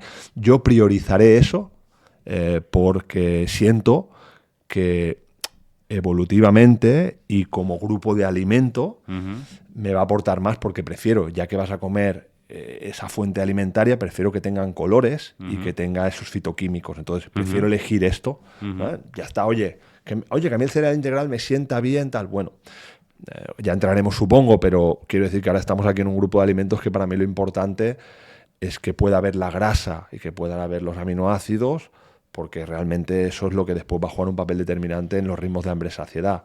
O sea, si solo vas con el cereal integral o solo vas con la fruta, la verdura, hombre, pues ahí es más difícil que el proceso digestivo se orqueste bien, es más difícil como punto de partida. Pero después también puedes encontrar, y también lo quiero decir, persona que esté haciendo algo que yo no estoy diciendo y que todo le funcione bien, que no cambie nada. Eso también lo quiero decir porque, claro, como esto va no solo de alimentación y va de que el sistema nervioso manda y mil cosas, hostia, que hostia, que yo como cereal integral y estoy comiendo aceite de girasol y no estoy comiendo huevo y voy como un tiro. No cambies nada. Porque puede ser que pase esto. Sí que puede ser. No hay nada que no pueda ser. Ahora, yo lo estoy diciendo para la gente que pueda, hostia, no me encuentro bien. Me pensaba que estaba comiendo bien, que me estaba cuidando y la regla me duele, el sistema digestivo lo tengo hecho un Cristo. Bueno, pues entonces reflexiona acerca de todo esto. Si te está gustando este episodio, recuerda que como más puedes ayudarme para seguir con el proyecto es suscribiéndote al canal. Muchas gracias y sigue disfrutando de la charla. Muy bien, pues pasamos a otro tema que va a dar también mucho de sí, pero espero que queden las posturas también claras y seguro que vais a volver a pisar un poco alguna de las cosas que habéis mencionado antes. Y es tema proteínas, en este caso tema carne roja. Y empiezo contigo, Carlos, con la premisa de que la carne roja, independientemente de si es o no de pasto, es perjudicial para la salud. Bueno, lo primero que yo sí que creo que es de correcto hacer es diferenciar la que es procesada de la de pasto, ¿no? Por lógica y porque también la literatura nos habla de un perfil lipídico distinto, con más riqueza de omega 3, con una presencia de grasas saturadas también distintas y todo esto. Entonces, a partir de ahí, una vez que está diferenciado, para mí es un grupo de alimento que forma parte de nuestra dieta omnívora, como cualquier otra proteína animal que forma parte de nuestra dieta omnívora. Si me vas a decir, hombre, oye, como 10 veces carne roja a la semana, ¿no? Entonces te diré, hostia, no me cuadra tampoco, ¿por qué tiene que ser 10 veces carne roja? Coño, come carne blanca, come pescado, come marisco, pero que la carne roja esté. Si apuntamos alto y vamos a buscar densidad nutricional, es decir, en una cosita así, donde puedes encontrar más de todo de lo que nos hace falta, ¿no? Pues iría a la víscera, ¿no? Porque si coges el hígado de la carne de pasto, pues dices, joder, es que es un absoluto multivitamínico, ¿no? Porque pensamos que el ácido fólico solo está en la hoja verde, pero el hígado es una fuente de ácido fólico, de hierro, de minerales, de vitaminas B. Yo me enfoco más en la típica carne roja que se consume mucho hoy en día aquí en España. No necesariamente procesada, sino carne roja quizá pues más de ganadería intensiva. Sí, pero en la propia premisa sí que te incluyo la extensiva, la de pasto. O sea que entiendo que estás en desacuerdo con la premisa que te dice. Sí. Para mí, en la medida de lo posible, yo cuando conocí esto hace 20 años, que tenía menos recursos, pues yo decía, oye, cuando comas carne, aunque sea carne picada, pero no te comas, si tienes que decidir entre una u otra, prefiero la carne picada de pasto que no pues un chuletón o un filete que no va a ser de una carne buena. Para mí eso es fundamental. Entonces, tratar de invertir en la carne de pasto. Hay que conseguirla, sí. Muy bien. Vale. Bueno, yo sí que estoy de acuerdo con la premisa. También estoy de acuerdo con él que efectivamente hay que diferenciar carne procesada de carne no procesada, porque la procesada es directamente cancerígena. O sea, yo creo que es directamente el peor grupo de alimentos que existe sobre la faz de la Tierra, y siempre lo digo así, porque la verdad que me parece catastrófico el efecto que tiene en la salud su consumo. Pero es que luego, incluso estoy de acuerdo contigo en que si tienes que elegir, claro, porque esto es importante, si tienes que elegir entre carne de pasto y que no sea de pasto, perfecto, elige la de pasto, ¿vale? Ahora, es que hay una alternativa 1000 veces mejor, con resultados de salud infinitamente mejores, que la legumbre, ¿vale? Que es la proteína vegetal. Entonces, claro, si tienes que elegir entre dos opciones malas, elige la menos mala. Pero si tienes que elegir entre una opción mala y otra que es infinitamente mejor, y no porque... Y de nuevo, el por qué es mejor no es por su perfil nutricional, no es por su biodisponibilidad, no es por digestibilidad, es por su efecto en la salud al consumirla, ¿no? De hecho, hace literalmente 3 días creo que salió un estudio súper interesante que volvía a mostrar algo que ya sabíamos por otra parte, pero que veía que cambiar únicamente un 3% de las calorías de fuente de proteína animales. Un 3%, date cuenta que no estoy diciendo cambiarte el chuletón entero, sino una pequeña parte del chuletón por fuente de proteínas vegetales ya reducía de una forma significativa el riesgo de mortalidad por todas las causas de cáncer y de enfermedad cardiovascular. Entonces, claro, si tenemos tan claro eso, y ya no solo con ese estudio, sino con toda la línea de evidencia, ¿no? También estudios de intervención controlados. Y de nuevo, sabemos que la carne roja es una de las principales fuentes de obtención de los nutrientes que sabemos que causan enfermedad cardiovascular, como es el colesterol, como es la grasa saturada. Pues oye, con todo, de nuevo, te das cuenta que es un razonamiento completo. La recomendación, evidentemente, es la de reducir su consumo al máximo posible. Vale, y lo ligo justo con la siguiente premisa para que ahora tú respondas también a lo que ha comentado. Y te lo hago a Timuz, la proteína de origen animal es superior a la vegetal porque tiene un valor biológico superior. Vale. Claro, si atendemos a ese criterio, 100%, es superior. Ahora, ¿a mí qué me importa? ¿Que tenga mayor valor biológico o que me haga vivir más y mejor?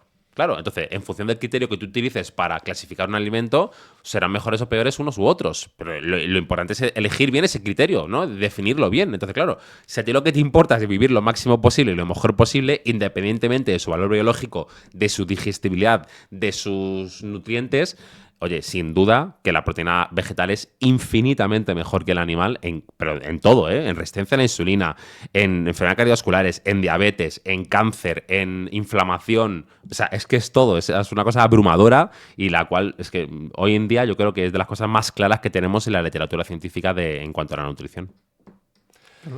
Bueno, me doy cuenta que volvemos a esa visión súper reduccionista que tiene una parte muy positiva para llegar a argumentos tan contundentes como los que él propone, pero que te deja muchas cosas fuera de juego, ¿sabes? Como, o sea, está, vale, muy bien, ¿no? Claro, si nos atendemos a tal estudio, tal, pues oye, que mira, que tenemos estos datos. Pero bueno, efectivamente, pues la vida va de más cosas.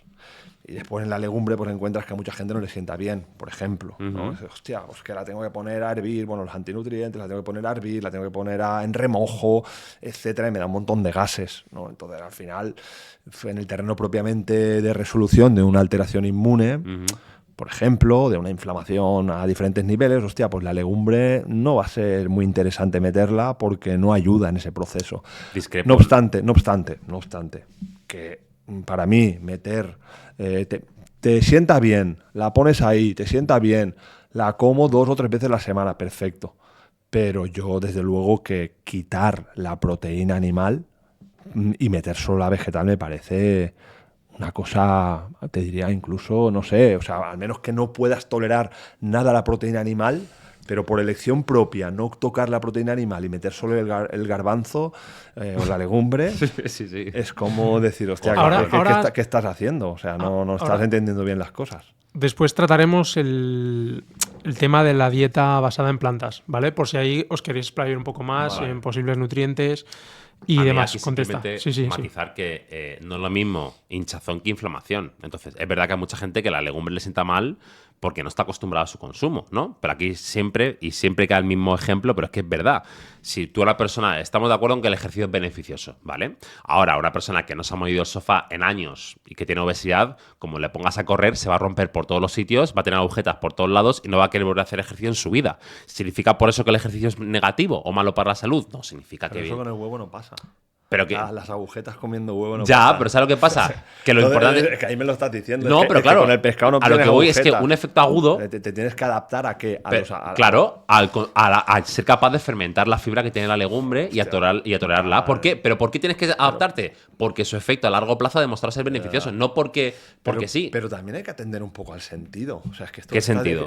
Al sentido de que te tengas que estar adaptando a un alimento porque a cabo de 40 años te ves mejor para el corazón. Claro, hombre, si lo que buscas es pero lo mejor... si lo que comes te está sentando cojonudamente de entrada, como es un huevo, como es un pescado, como es una carne de pasto, algo te está diciendo. Bueno, pero si tu tu fumas cuerpo te sienta bien. Algo te está diciendo tu cuerpo. Tu cuerpo te está diciendo que estás respondiendo bien a nivel digestivo y eso también es una indicación. Pero si tú fumas y te sienta bien... Lo digo, bueno... según ese criterio, ¿no? Yo fumo y a mí me sienta genial. Me quita el estrés... Creo que son sustancias adictivas que creo que no las podemos medir en un alimento que aparentemente es saludable. O sea, ahora estás poniendo algo que es tóxico. Vale. Vamos a quitarlo, porque la cocaína también te podría sentir bien de Claro, primera. pero eso voy a decir. Vale, ese pero criterio... si en la interacción... O sea, más allá que ese alimento, como tú bien estás diciendo, más allá que ese alimento tenga ese grupo, lo que me interesa es cómo interacciona y cómo se relaciona con mi sistema digestivo. ¿Vale? Pues porque tendrá importancia. Porque, no, la leche tiene mucho calcio, ya, pero yo la tomo y me voy de varetas. Coño, vale. Pues entonces buscaremos otra cosa. Vale, pues entonces la legumbre... No te lo digo tampoco para tirar por tierra esto. Porque, oye, la gente que le siente bien, que las pone en remojo, que... Porque originariamente en su sistema de origen el plato de garbanzo con bacalao le ha encantado y oye, perfecto, ¿no? Pero es un indicador de que solo ir a la proteína vegetal es cortarte una mano. ¿Por qué? Porque tienes... ¿Por cultura? No, por cultura no, porque tienes un grupo de alimentos Imprescindible. que son la hostia. ¿Por qué? Y porque somos omnívoros. Pero eso da igual. Da igual que seamos O sea, omnívoros. tú Vale, puedes pues ser nada, comemos omnívoro. como los elefantes. No, pero una cosa es lo que vegetales. puedas comer y otra cosa es pero- que lo que sea mejor comer. Es decir, Ya, tú puedes tener la capacidad de comer pero muchas cosas. ¿cómo no puede ser mejor si somos omnívoros? ¿Pero qué tiene que ver eso? Es decir, que tú te hayas podido adaptar a ser capaz de comer todo tipo de cosas para poder sobrevivir. ¿Qué nos dice eso de qué es lo mejor para poder vivir lo máximo te voy posible? a decir otro argumento. Venga, Bueno, que el que ya te estaba diciendo me parece aplastante. Porque, te lo hago de rebatir, ¿no? pero no sé cómo me lo rebates. Somos omnívoros. Sí, Vale, somos vale. omnívoros, pero yo lo que voy a hacer es comer proteína vegetal. Sí. Bueno, pues te vas a convertir en mono otra vez. ¿Por qué? Porque al final ¿Por el qué? chimpancé viene de comer vegetales. Digo, no lo sé. Vale, pero- Tendrás que adaptarte a eso. Eres omnívoro. Tu pH del estómago es un pH ácido. ¿Y qué? Bueno, pues nada. ¿No? ¿Y qué? Pues no atendamos a la. Pero a es que nuestra de nuevo, fisiología. no lo mismo No- ser capaz de a que sea lo óptimo. Pero es que. Yo soy capaz Escúchame. de andar a Escúchame, a creo gatas. que tu alta capacidad de ver estudios científicos de una forma tan precisa no te permite ver el marco completo de la historia. Pero es que, Carlos, te vas tanto al deep que te olvidas Pero es que de tienes que cosas tener en que cuenta- caen por su propio peso. Es que en los estudios esas variables se tienen en cuenta. Es que no, tú lo Pero si creo que hablábamos de estás los estudios, entendiendo hablamos co- de la medicina poblacional, Pero que es la medicina. lo que yo creo que no llegamos a entender es que cuando se hacen estudios, todas esas variables que puedan afectar a los diferentes estudios, es decir, no es como si fuese una probeta que se analiza de forma aislada, no, es que cuando ya se analiza eso, el hecho de aleatorizarlo, de estudiarlo en diferentes poblaciones, en diferentes grupos de edad, en diferentes contextos, es lo que nos da respuesta a esas preguntas Pero en todo, insisto, con todas las que- variables tenías en cuenta. Es que no es que se obvien. Insisto, esos estudios hechos en nutrición tienen una gran dificultad, porque hay gran influencia de grandes aspectos que la persona en el día a día que están investigando sobre alimentación, tú puedas aislar esa variable. Eso para empezar. Por lo tanto, los estudios sobre alimentación tienen una gran debilidad, porque la persona que come vive muchas cosas más y ahí Se extraer tiene en cuenta. cosas tan completas ya se tiene en cuenta, pero Es que eso es la pero aleatorización.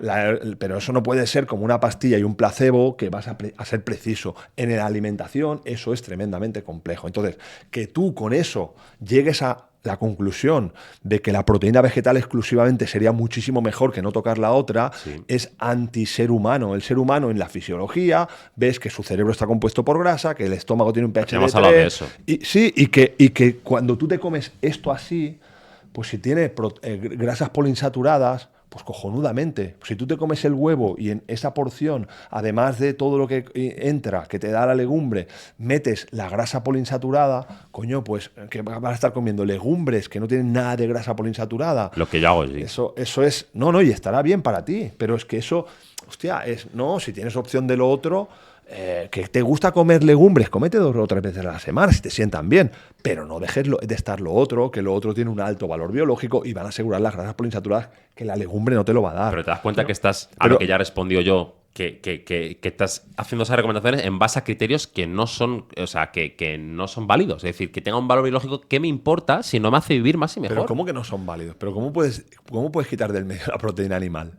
Porque la evidencia científica es lo que respalda, ya está. No, Así es la simple. evidencia científica no respalda eso, lo siento. Claro no, que sí. no. Eso, ahí has sido, o sea, eres muy bueno leyendo estudios científicos, pero Gracias. además de los que te gustan a ti. Todos. Porque vas, No, es que yo los tengo en cuenta todos, Carlos. Es que no me no quedo puedes con llegar a alguno. la conclusión de que la evidencia científica diga que no comas proteína animal en un ser que somos omnívoros. ¿Qué tiene que ver una cosa? Repito, ¿te das No, cuenta ya que está, hasta aquí llego. Ya está, sigue, no sé. No, porque. No, hasta aquí no, porque voy a seguir. No, quiero decir, digo, sigue tú preguntando, Desde porque el punto digo, de es vista- que no claro, tengo claro, nada más es que argumentar, es que pero eso es como. Vale, pues cerramos proteína Ya está, no vegetal, pasa nada, sí, pero claro. ampliamos tema vegetal Claro, porque claro. quiero preguntarte sobre la dieta basada en plantas, 100% dieta vegana.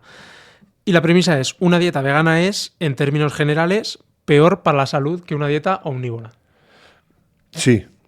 Ahora bien, las personas que hacen una dieta vegana, como sí que seguramente han hecho una toma de conciencia y ha mejorado lo que hacían antes seguramente, pues eso genera un escenario de mejora. Eso muchas veces sucede. Yo te pongo en un lado una dieta omnívora ideal según la que consideras tú y Con una dieta vegana. Sí, como siempre va a ser omnívora, claro. Una dieta en la que aparte de los vegetales, es que en la vegana tienes que estar dando vitamina B12. ¿En qué momento evolutivo tú vas a estar dando vitamina B12 Irrelevante. para irrelevante la B12? Sí, no, Y- es relevante y el que hierro. a nivel evolutivo no se haya visto. Es que no, el argumento evolutivo cojea por todos lados. Pero a ver, es que evolutivamente, básicamente, no se contempla que esa persona Ya. Espérate, que tengo un conejo que no me lo voy a comer, que voy a comer solo la planta. Porque priorizaba sobrevivir, no priorizaba vivir lo máximo posible. ¿Cómo? Sé que ya lo he dicho eso. Pero, ¿cómo va? La evolución no busca que tú vivas lo máximo posible, busca que tú te reproduzcas. Pero si estamos en el mejor momento según tú y es cuanto menos esperanza de vida o cuanto hay más gente enferma. O sea, claro, ¿por qué? Porque a medida que tú aumentas la esperanza de vida, hay más riesgo de que se vayan ocurriendo nuevas enfermedades que antes, porque te morías antes, no llegaban a desarrollarse. A ver, una cosa, claro. tú como especie humana coges, te encuentras un trozo de carne y un trozo de verduras, y lo que haces es comerte las verduras, y aquello lo dejas. Aquello lo dejas. No, esto no me lo puedo comer, y la B12, pues ya me espabilaré a ver dónde la saco. Vamos a traerlo más a lo que es el día de hoy. Al final, o sea, hoy por suerte ya no tenemos que tenemos buscar... que bueno, te respondo muy rápido. No puede ser una dieta vegana porque te tienes que suplementar con cosas extra para cumplir lo que hay. Que es una buena elección para ti y no tienes ningún problema de salud y que éticamente a ti te llena el alma, elige la vegana. Vale. Pero solo con el hecho de que tengas que estar con suplementos añadidos ya marca que es deficiente. Eso quería saber. O sea, desde el punto de vista nutricional, es deficiente. Vale, genial. Bueno, aquí la primera matización que se me ocurre es diferenciar tipos de dieta vegana, ¿no? O sea, más que a mí siempre digo lo mismo, que me gusta más diferenciar entre lo que es el aspecto ético y el aspecto nutricional, ¿no? Porque dieta vegana puede ser a base de oreos y patatas fritas, ¿no? Y sigue siendo una dieta vegana. O puede ser una dieta vegana a base de legumbre, de cereales integrales, de fruta, de verdura. Entonces, eso es lo primero. De hecho, hay estudios que diferencian, ¿no? Y que se ve que una dieta vegetal mal planificada aumenta el riesgo de diferentes enfermedades, mientras que una dieta vegetal bien planificada la disminuye, lógicamente. Entonces, eso es la primera diferenciación. Luego, me parece curioso que mencione el tema de que es deficitaria, como en la B12, ¿no? Porque, claro, parte de la premisa de que, entiendo yo, corrígeme si me equivoco, de que tú consideras que tenemos que alcanzar los diferentes requerimientos de nutrientes que tenemos, ¿no? Establecidos. Entiendo yo que para que una dieta se considere ideal, tiene que ser capaz de cubrir todos los nutrientes que el cuerpo necesita. Bueno, eso me lo puedes decir tú que eres nutricionista. Pero ¿estás de acuerdo? Te quiero decir, ¿estás de acuerdo con eso? Debe de ser así. Vale, pues perfecto. Lo que pasa es que muchas veces no tenemos en cuenta, hablamos solo de los límites inferiores, ¿no? Es decir, si no llegas a este nutriente vas a tener problemas. Pero claro, es que también hay que tener en cuenta los límites superiores. Es decir, si sabemos que hay 3 nutrientes de los cuales no hay un límite seguro porque cualquier incremento en su ingesta aumenta el riesgo, por esa definición, cualquier dieta omnívora ya no cumple los requerimientos dietéticos. ¿Por qué? Porque tiene exceso de colesterol, exceso de grasa saturada y exceso de grasas trans. Entonces, claro, por esa definición, una dieta omnívora tampoco nunca va a ser completa y va a tener siempre ese exceso o ese déficit de ese exceso de nutrientes.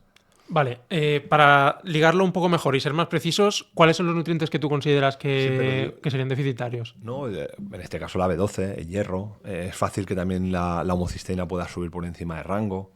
Básicamente eso, pero quiero decir que la omnívora yo no entiendo por qué tiene que tener exceso, ¿por qué tiene que tener exceso de colesterol? Porque cualquier incremento en la ingesta de esos nutrientes ya aumenta el riesgo. De hecho, el upper limit, ¿no? El margen superior, ¿no? Que de diferentes nutrientes hay una cantidad a partir de la cual puede llegar a ser tóxico, ¿no? Es decir, igual la vitamina A, por ejemplo, ¿no? Sabemos que es necesaria, pero un exceso de vitamina A puede llegar a tener problemas en la salud hepática, ¿no? Por lo mismo, pero con estos nutrientes la diferencia es que en vez de ser una cantidad muy alta, cualquier cantidad por encima de 0 ya genera problemas. Entonces, por esa definición... La cantidad por encima de 0 de ingesta de colesterol ya genera problemas. Sí, claro. Sí, por eso se recomienda reducirlo al máximo posible, porque cualquier incremento en su ingesta ya aumenta el riesgo de enfermedades cardiovasculares, entre otras cosas. Pero colesterol no vamos a no, para atrás. No, has dicho también otra, bueno, ya está, no sé qué has dicho más, pero digo... Grasas saturadas y grasas trans. Y grasas saturadas, grasas trans, estaremos hablando de productos procesados, ¿no? Hay naturalmente presentes grasas trans en carnes y en lácteos. Que no tiene nada que ver con la grasa trans. El mismo efecto a la salud. Independientemente que la grasa trans de los productos procesados. A ver, voy a volver a repetir esta frase porque quiero que quede clara. Que quede clara, las por grasas favor. trans de los productos procesados son equivalentes a las grasas trans de la carne de pasto. Sí, cuando se hacen estudios analizando el impacto de las grasas trans como componente dietético, se ha visto que no hay diferencias entre los que son procedentes de los productos ultraprocesados a los que son procedentes de carnes o lácteos. Bueno, ahí queda. Venga, pasamos al siguiente bloque, que es la sal, ¿vale? Es otro tema también polémico. Y la premisa te la digo a ti, Muz. Vale. Mientras el resto de variables sean adecuadas, un elevado consumo de sal no supone un problema. Bueno, falso, evidentemente falso. De hecho, si atendemos al estudio que mencionaba antes, que me parece súper potente, de lo más potentes que se ha hecho hoy en día en el panorama de nutrición, se ha visto que el principal factor de riesgo dietético en la mortalidad, ¿no? es un alto consumo de sodio. Un exceso de El consumo de principal. sodio. El principal, el primero. El Pero primero. es el colesterol de la sal. No, el que más mata en el mundo. Porque Pero de tienes forma de- general. tienes O sea, tienes- yo creo que el primero que más mata, has dicho antes, que es la enfermedad cardiovascular. O sea, Y, claro, que de esto ahora pero a nivel componente nutricional, dietético, eso es. claro, componente dietético es el que más mata en el mundo, el exceso de sodio en la dieta. Entonces, claro, la sal es la principal fuente de obtención de sodio en la dieta, evidentemente. Y aquí lo importante es porque efectivamente el sodio es necesario. No estamos diciendo que no sea necesario y es imprescindible, de hecho, como nutriente que es esencial. Lo que pasa que lo que mucha gente no termina de entender es que se puede obtener todo el sodio que te hace falta, que no es tanto, a través de vegetales integrales y ya está. No hace falta que tú incluyas sal para aumentar su consumo porque, de nuevo, es que la sal... De nuevo, es que hay estudios ya no solo observacionales bien ajustados con un modelo estadístico súper bien ajustado, sino estudios de intervención controlados en los que se ve, le das sal a la persona, aumenta su tensión, la quitas, disminuye, aumentas, disminuye, y constantemente así, ¿no? Entonces, toda la línea de evidencia convergen en lo mismo, ¿no? Entonces, es algo bastante... ¿Y darías una cantidad diaria de recomendación? Cuanto menos mejor, sencillamente. Cuanto menos mejor y... Añadido, entiendo. ¿Eh? Añadido, entiendo. Sí, añadido, claro. Vale. Sí, sí. Carlos, ¿tema sal? Aquí habría que diferenciar de nuevo otra vez cuando es sal refinada o sal de cristal, ¿no? Que es más de calidad, no es solo la concentración, de nuevo es lo mismo. Eso es una parte también importante porque de nuevo los estudios, también sería interesante en la metodología ver qué tipo de sal se está usando, con qué pacientes se está llevando a cabo. Después, a partir de ahí, de nuevo, pues no es una cuestión de demonizarla, ya está, es sal de calidad que tú puedas usar. Sabemos que si haces más deporte es interesante que le des un poquito más de sal, porque al final el sodio es el mineral que más se va a perder a través de la sudoración. Y si no haces tanto deporte, pues un poquito menos, una cucharadita o 3 cucharaditas de sal de calidad. O sea, ¿tu recomendación en cuanto a cantidad en un día normal? Pues hablaría te diría una cucharadita de postre. O bueno, o sea, ¿tú le agregarías Sí, aparte del sí, propio sí. cocinado? Sí. Bueno, del propio cocinado. Claro, es o sea, en el cocinado, ¿no? O en tu extra. caso tú le agregarías al propio cocinado, pero hay gente que, pues Que bueno, da después- recomendaciones a lo mejor pues de beber el agua con sal o incluso agua de mar y El demás. uso de agua de mar es una maravilla. El uso Que- de agua que de mar, incluye sodio, lo que pasa que tiene que ser un agua de calidad, bien recogida, que esté bien filtrada, que esté todo bien hecho y después también combinándola bien con el agua. Pero es interesante el agua de mar para enriquecer el agua que puedas beber, porque al final sabemos que es muy parecida a nuestro líquido extracelular. Entonces, donde el sodio ocupa un papel importante, yo estaba hablando de sal extra para la comida, donde tú puedes, pues sea cocinando o sea posterior, encima del trozo de carne o encima del pescadito, esa sal. Para mí eso es algo, de nuevo, que otra vez me viene esa reflexión. Estamos hablando de estas recomendaciones para personas que tienen un problema de salud y que como punto de partida tendríamos que chequear, o estamos hablando para personas sanas.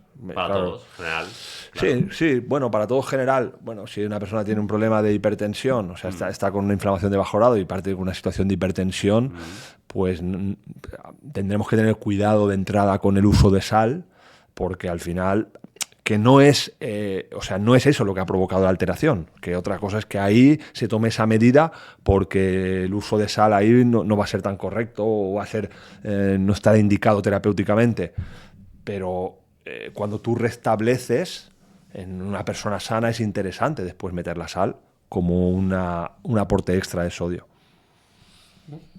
¿Algo que añadir? No, sencillamente eso. Que de hecho, te diría, a ver, a nivel práctico, ¿vale? Por ejemplo, es verdad que a lo mejor la sal puede llegar a ser interesante porque hoy en día es la principal fuente de obtención de yodo, ¿no? Es decir, la sal yodada, pues bueno, es verdad que la gente es donde más puede llegar a obtener el yodo. Aún así, la fuente de obtención óptima del yodo, evidentemente, son las algas, al ser un vegetal integral. Y en caso de no utilizar ni algas ni sal, pues bueno, valorar la suplementación, ¿no? Pero sí, o sea, más allá de lo práctico, a nivel teórico y óptimo, cuanta menos sal, mejor.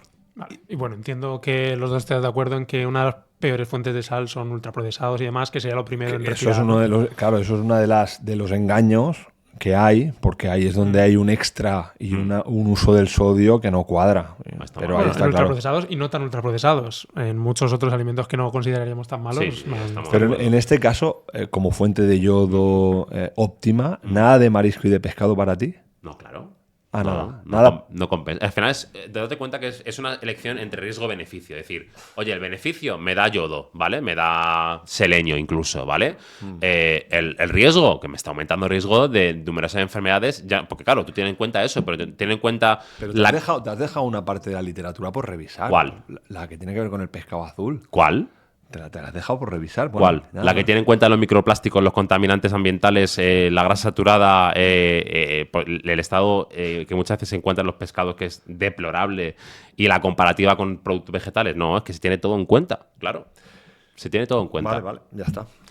Vale, cerramos bloque sal y ahora no va a ser tanto una premisa, sino quiero preguntaros cuál es vuestra perspectiva en una cosa que a la gente seguro que también le interesa, que es la pérdida de grasa.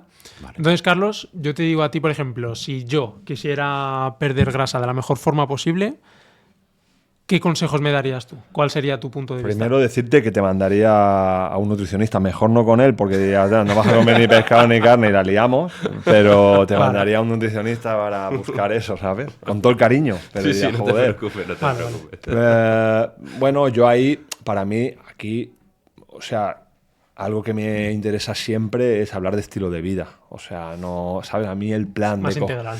Sí, y de que hacer un plan para perder grasa con el efecto bikini, de ahora pasar hambre y pasarlo mal y todo eso, a mí me parece... Bueno, que imaginemos que es más desde el mejor punto de vista posible, bueno, pues, sin prisa, todo pues eso. Eso, oye, pues educándote con la comida, educándote a comer correctamente, a no vivir en picos de azúcar, que eso para mí es lo peor que puedes estar... O sea, es estar condenado con la comida, no tener libertad, estar teniendo que comer cada 2 horas porque si no tienes ansiedad y te da un bajón y te encuentras mal.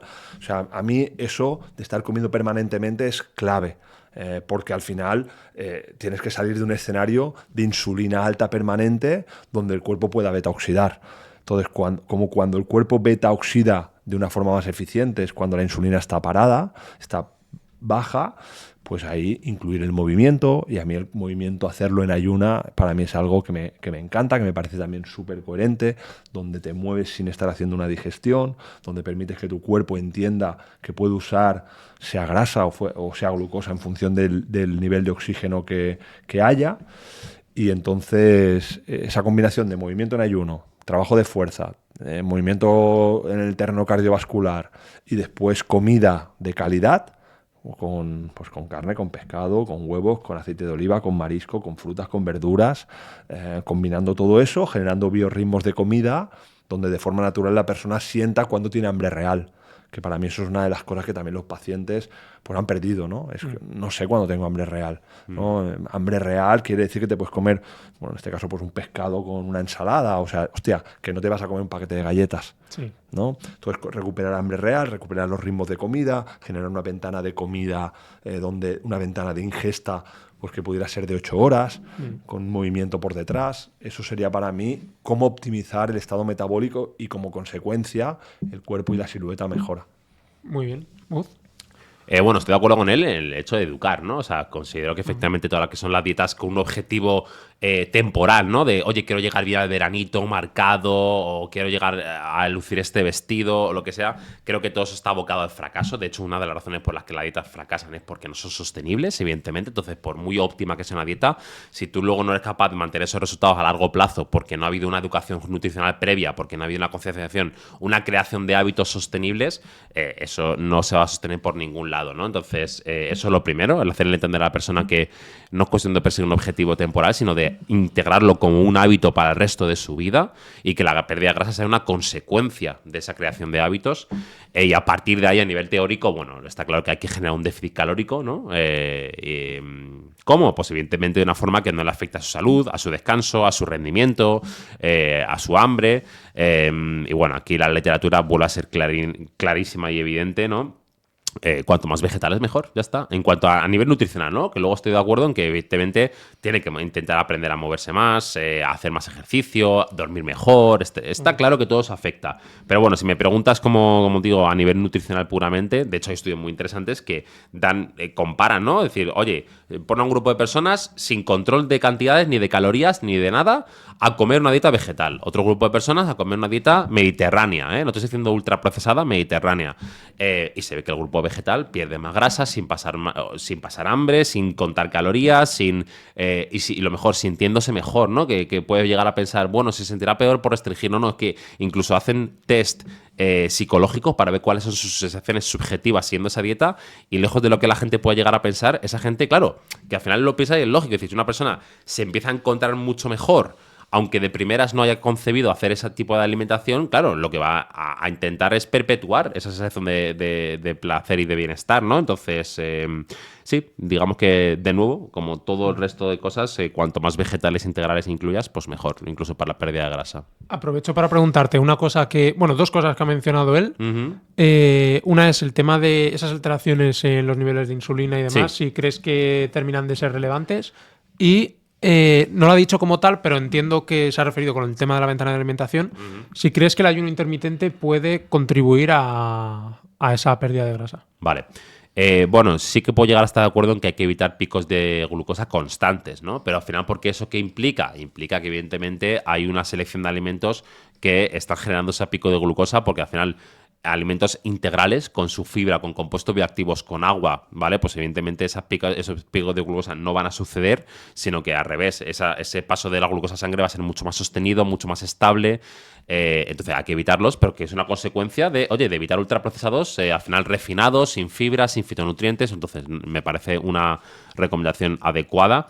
Y luego el tema del ayuno intermitente, bueno, yo lo veo como una herramienta más, ¿no? Es decir, no me parece imprescindible. Pero me parece que, en función de cada contexto puede servir o puede no servir, ¿no? Igual que hay contextos, por ejemplo, yo qué sé, los típicos que se dicen, ¿no? De problemas que tienen TCAs, de problemas que tienen mala relación con la comida, con el ejercicio, que utilicen el ayuno para fines que son ajenos a los del ayuno, pues ahí pues a lo mejor no es lo más interesante, ¿no?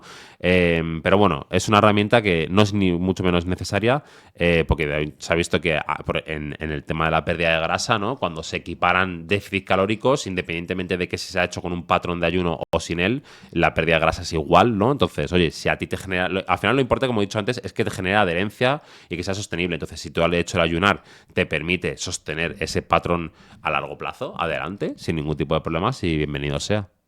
Carlos, ¿quieres explayarte un poquito más en el ayuno que te deja ahí? No, yo sí que a mí me genera más como que no me gusta tanto el término de restringir calorías. Entiendo que es de su campo de trabajo, ¿no? Y afortunadamente, o si no afortunadamente, como yo con mis pacientes no me he manejado ahí, pues mi experiencia clínica es que he podido, y de alguna manera, como el objetivo tampoco no era ni perder grasa ni perder peso, sino mejorar salud, pues ahí sí que tengo una experiencia bonita de ver cómo de forma natural el paciente va yendo a de esas 5 comidas sintiendo que para esa persona era inevitable, ¿no? Comer las 5 comidas porque si no se sentía bajo de energía, aparecía ansiedad.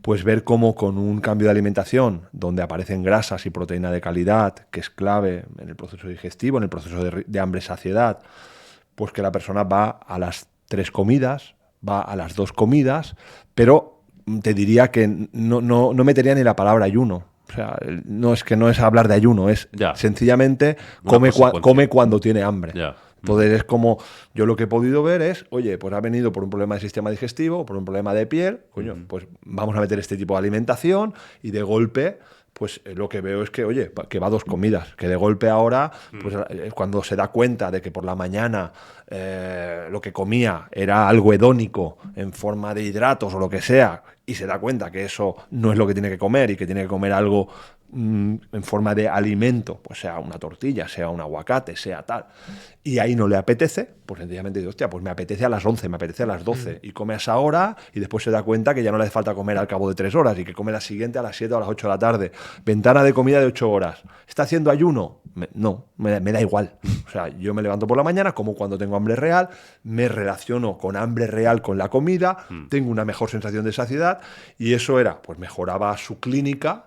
Y al mismo tiempo me he dado cuenta como muchas personas pues han pasado de esas 5 comidas a 2 comidas de forma natural, que, vuelve a comer 3 veces. Hostias, que no puedo. Es que ahora realmente cuando como con hambre real y me sacio y estoy feliz comiendo, y ahora para mí volver a ir a las 3 comidas es que no me entra. Entonces, esa es la forma en como yo también siento el ayuno. ¿Sabes? Todo que sea consecuencia Sí, de no, una... no algo rígido de ayuna. No. O sea, de hecho, lo contraindicaría. Si alguien nos está escuchando y es, hostia, mañana... Que no han pasado todavía X horas, ¿no? Sí, Sí, está mañana mirando el me reloj. voy a poner y voy a hacer un ayuno de 16-8 porque no sé qué. Bueno, si vienes de estar con el sistema digestivo mal, inflamado, comiendo mal, lo vas a pasar como el culo, no te va a servir porque hacer un día eso o una semana no tiene sentido. Y yo te recomiendo que primero entiendas, trates, mejores, vayas regulando y progresivamente que tu cuerpo te genere esas sensaciones. Muy bien. Quiero aprovechar a hacerte otra pregunta, Carlos. Como se ha visto a lo largo de la entrevista, tú te centras mucho en la personalización, entonces, bueno, entiendo que habría que ir caso por caso, pero ¿consideras que hay algunos suplementos que puedan ser recomendables a todo el mundo? Yo trato de hacer entender a la persona que al principio, cuando hay alteraciones, nos tendremos que apoyar en 2, 3, 4 suplementos para restaurar pues, el pH del estómago, la mucosa, la microbiota, recuperar un poco, que haya más presencia de grasas poliinsaturadas, para lo que sea, pero que con el objetivo de que a medio o largo plazo no dependa de ningún suplemento. El objetivo es que no haya ninguna dependencia de ningún suplemento. Bueno, habrá que tener una buena relación con la luz natural para tener vitamina D, aunque cuando haya menos vitamina D en invierno pues tendremos más melatonina, que será lo que tendremos por más oscuridad, que también es inmunorregulador. Por lo tanto, si tú haces lo que tienes que hacer, no deberías de tomar ningún suplemento. Y también quiero desde aquí decir algo que creo que puede servir a tu audiencia, y es que la medicina integrativa se está llevando en estos momentos muy a pruebas que valen un pastizal, analítica que vale 1.000 euros, test de microbiota que vale un pastón, y vas allí, te dicen que tienes proteolíticas o un parásito o lo que sea en forma de foto y te mandan 12 suplementos que tienes que gastar otro pastizal, pero que eso no es, que la medicina integrativa, como nosotros la entendemos en Regenera, y como nosotros hacemos en el máster de PNI, de educar a los alumnos, es no. Tú tienes que entender que el síntoma de ese paciente está unido a un relato de vida que esa persona tiene, y hay que precisar en esta línea de personalizar. Y cuando una persona te viene a ver por un problema de salud, tiene que entender qué factores son lo que han provocado eso.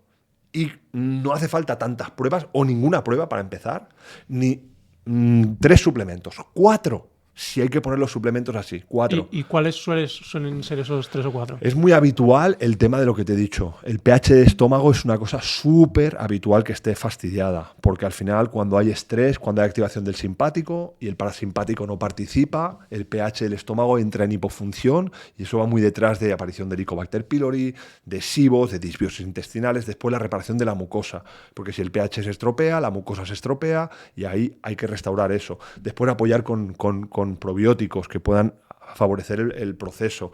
Inicialmente, si hay que inmunorregular en escenarios de clínica inflamatoria, pues hay que apoyar con niveles elevados de vitamina D, 10.000, 12.000 unidades internacionales, con algo de vitamina A, porque es clave también en la inmunorregulación. Eso, y después, porque al principio cuando no hay muy buena absorción es más complicado, los apoyos con grasas poliinsaturadas de HA, EPA, para apoyar el proceso de resolución de la inflamación, y algún suplemento adaptógeno, pero siempre entendiendo que se pone sobre la mesa. Oye, estoy como el culo en el trabajo. Pues, oye, esto está claro, ¿no? Ashwagandha o... Claro, se puede usar una ashwagandha, una bacopa, pero está claro que es transitorio, o que la intención es que conforme tú vayas avanzando tendrás que tomar acción, porque la ashwagandha no es eterna. Esto es para ahora, para que puedas descansar un poquito mejor, que estás jodido, para que puedas dormir un poquito mejor. Pero la respuesta es objetivo, que el paciente no sea dependiente de ningún suplemento. Para mí... O sea, para población general, o sea, de forma general, no dirías ninguno sin ver... Bueno, no, de forma general. Si me dices qué recomendación, hostia, pues la vitamina D va a estar baja, porque va a estar por debajo de 30 nanogramos por mililitro, aunque ahora la hayan bajado en 20, pero la vitamina D debería estar en 40, en 50. Vale. La vitamina D es súper habitual. Sabemos que después los minerales, la hidratación suele ser deficiente, porque es agua de osmosis, es un agua pobre en minerales.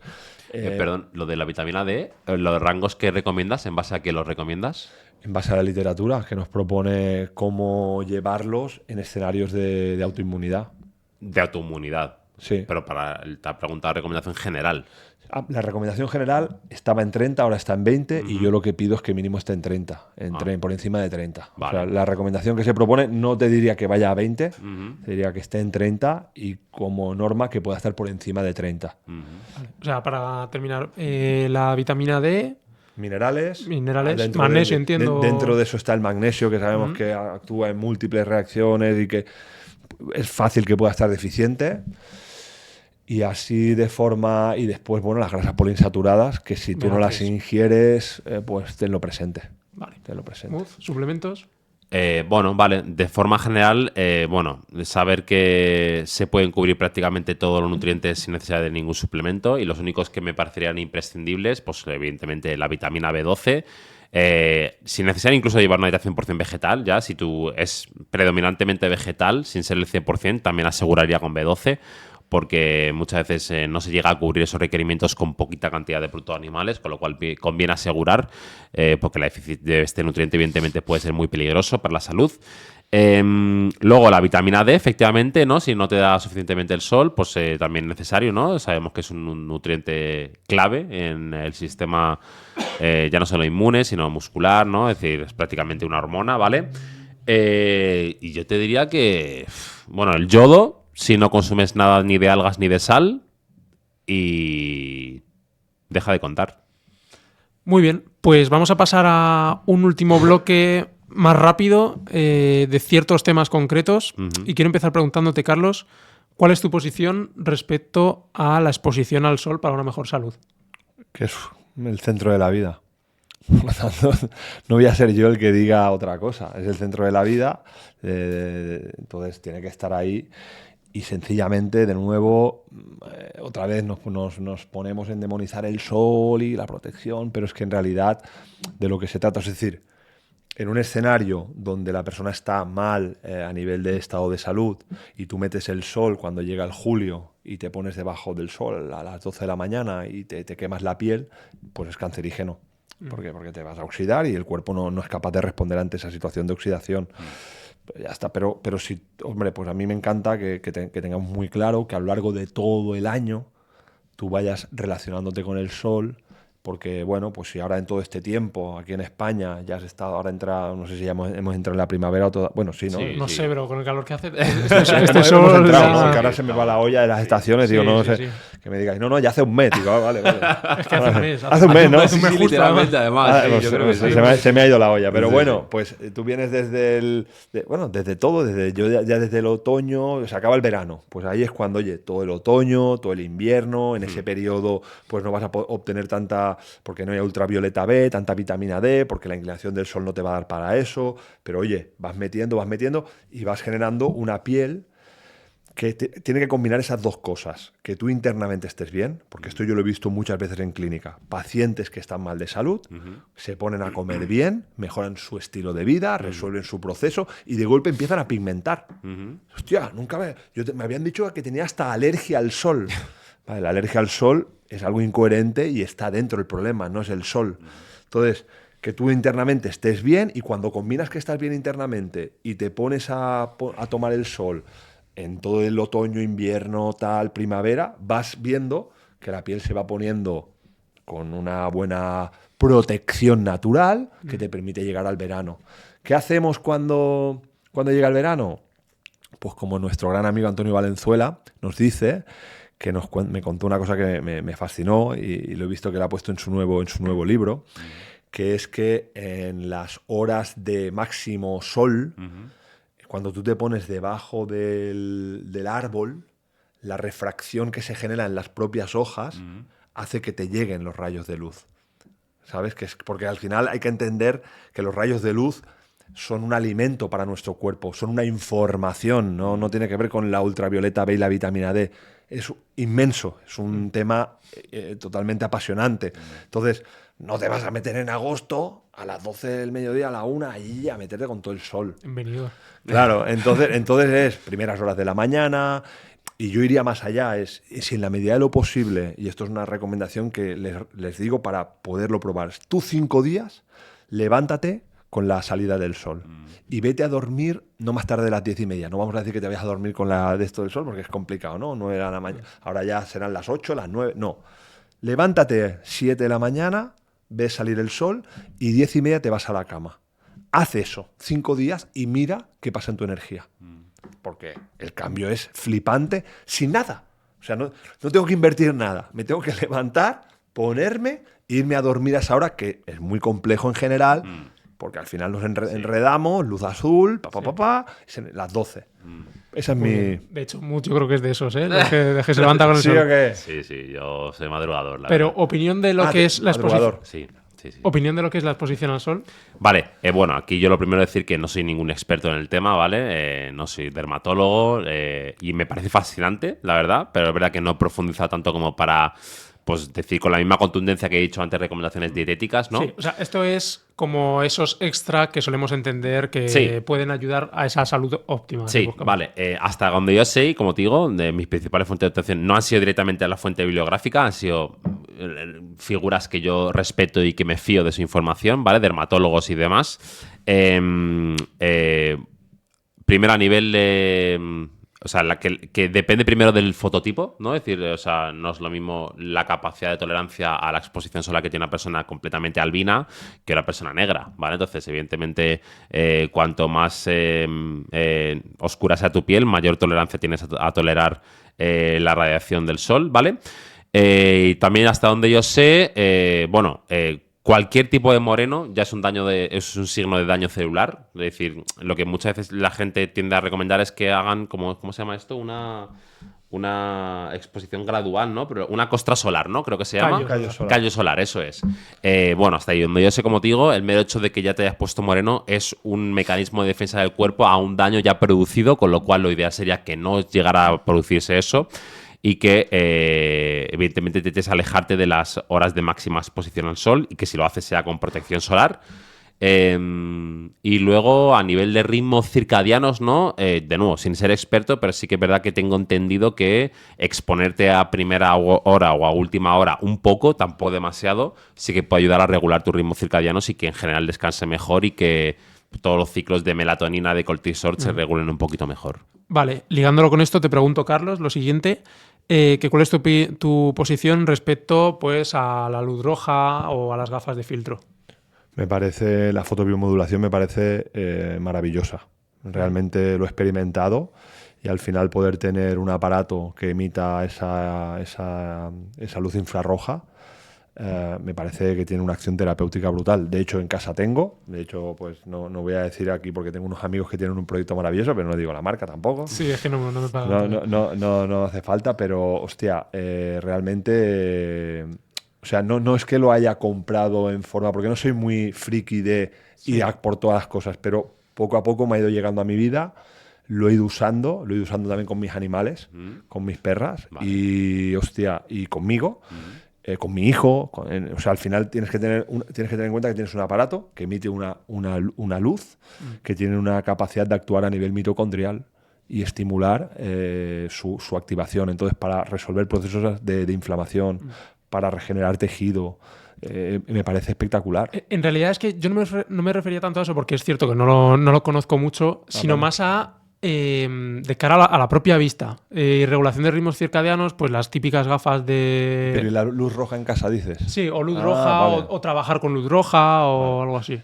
Bueno, yo en casa tengo luz roja. Entonces, en casa, en mi ambiente, hay luz roja para que cuando llega la oscuridad, pues enciendo esa luz, porque me parece totalmente acertado. Quien no lo haya probado, le recomendaría el usarlo. O sea, yo ahora podría tener aquí la luz bloqueador, tampoco no me hace falta, prefiero estar aquí sin gafas y verme a los ojos, pero sí que cuando llega la noche, poderte proteger de luz azul que te está diciendo a tu cerebro que es de día, me parece una gran herramienta y también es sencillita. O sea, yo lo llevo a cabo y me parece totalmente indicado. Es poca inversión, la verdad, y creo que te ayuda a llegar a regular tu ritmo circadiano y a llegar a esas horas de la noche preparado para poder dormir. Muy bien. De nuevo, sin haber profundizado mucho en el tema, pero hasta donde yo tengo entendido, El efecto parece deberse más a que tonos cálidos parece que te ayudan a relajarte más que tonos, como te digo, muy fogosos, muy brillantes, ¿no? Entonces puede ser una de las razones por las que la gente llega a notar beneficios de utilizarla. Pero más allá de eso, yo los estudios que he leído es, de nuevo, en modelos animales o incluso en placas de in vitro, ¿no? Sin replicación en modelos humanos, básicamente. O sea, no hay estudios de intervención controlados bien diseñados que muestren que utilizar estas gafas mejore de forma significativa o el sueño o la vista, hasta donde yo sé, de nuevo, que aquí, pues como te digo, no he profundizado tantísimo como puedo haberlo hecho en otros temas. Sí, que en estos temas, o sea, no controlamos tanto, era simplemente pues, para conocer los puntos eso. de vista Hasta donde yo sé, eso te diría. de ambos. Y de hecho yo creo que estáis bastante de acuerdo, yo también, con el tema respetar los ritmos circadianos como si fuera algo muy importante. A ver si el siguiente tema están de acuerdo, que es ¿cuál es vuestra posición respecto al consumo de café? Empiezo por ti, Mo. Vale, este es un tema muy polémico. Creo que es la segunda bebida más consumida del mundo, ¿no? O por detrás del agua. Es la segunda. O sea, es una barbaridad, ¿vale?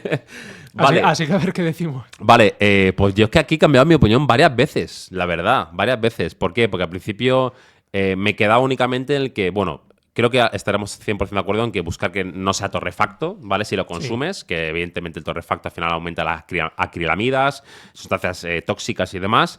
Que sea sin azúcar, evidentemente, con lo que lo acompañes también importa, evidentemente, ¿vale? Y luego, cosas que a lo mejor la gente no sabe, que intenten que sea un café de filtro, ¿vale? Porque el café tiene unas sustancias que se llaman diterpenos, que son ácidos grasos presentes en el café, que tienen la capacidad de subir el colesterol, que como ya he explicado antes, pues tiene capacidad de aumentar el riesgo de enfermedades cardiovasculares. Entonces, si es una cosa que date cuenta, si haces todos los días varias tazas de café al día, pues te interesa tenerlo en cuenta de cara a elegir bien cómo tomar el café, que también importa. Y luego, claro, aquí una pregunta que creo que no ha salido en todo el debate, pero que creo que es esencial. Bueno, sí que ha salido de vez en cuando, que es, claro, el café comparado con qué, ¿no? Entonces, claro, si la alternativa a beber café, beber agua, bebe agua, 100%. O sea, no existe nada más saludable que el agua, ¿vale? Ahora, si la alternativa a beber café quizás es, como te digo, beber una Coca-Cola, pues bebe el café, ¿sabes? Entonces, yo como te digo, te diría que incluso en orden, me parece que es el agua, luego el té, ¿vale? Porque no tienes sustancias hipercolesterolemiantes, ¿vale? Y luego el café, pero sí, simplemente creo que diría eso. Vale. Me ha hecho gracia que relacionas el café al colesterol hasta con el café. Sí, es que la gente no lo sabe, pero tiene relación. Sí, es curioso. Es buenísimo. Digo, yo te agradezco todo lo que has explicado del café, porque a mí no me gusta el café, con lo que no tengo el dominio de mejor para torrefacto, no sé qué, tal. Yo digo, hostia, la verdad es que ahora hay verdaderas máquinas rituales, cafés, que son un auténtico espectáculo. Entonces yo digo, hombre, si vas a beber café, pues que sea así. Ahora, para mí, lo primero en el terreno de la salud, mi pregunta sería, ¿eres dependiente? Para mí eso sería una pregunta importante, porque al final, claro, si eres dependiente, pues al final tú estás apoyándote en eso para tener una energía buscando algo fuera, ¿no? Y eso a mí es lo que no, porque es cuando veo personas que no serían capaces de no tomarlo y cuando se lo quitan les vienen unas migrañas de la hostia. Sí. Entonces ahí dices, hostia... Si no me equivoco, creo que la cafeína está catalogada como droga. Sí, claro, que es directamente una droga, claro.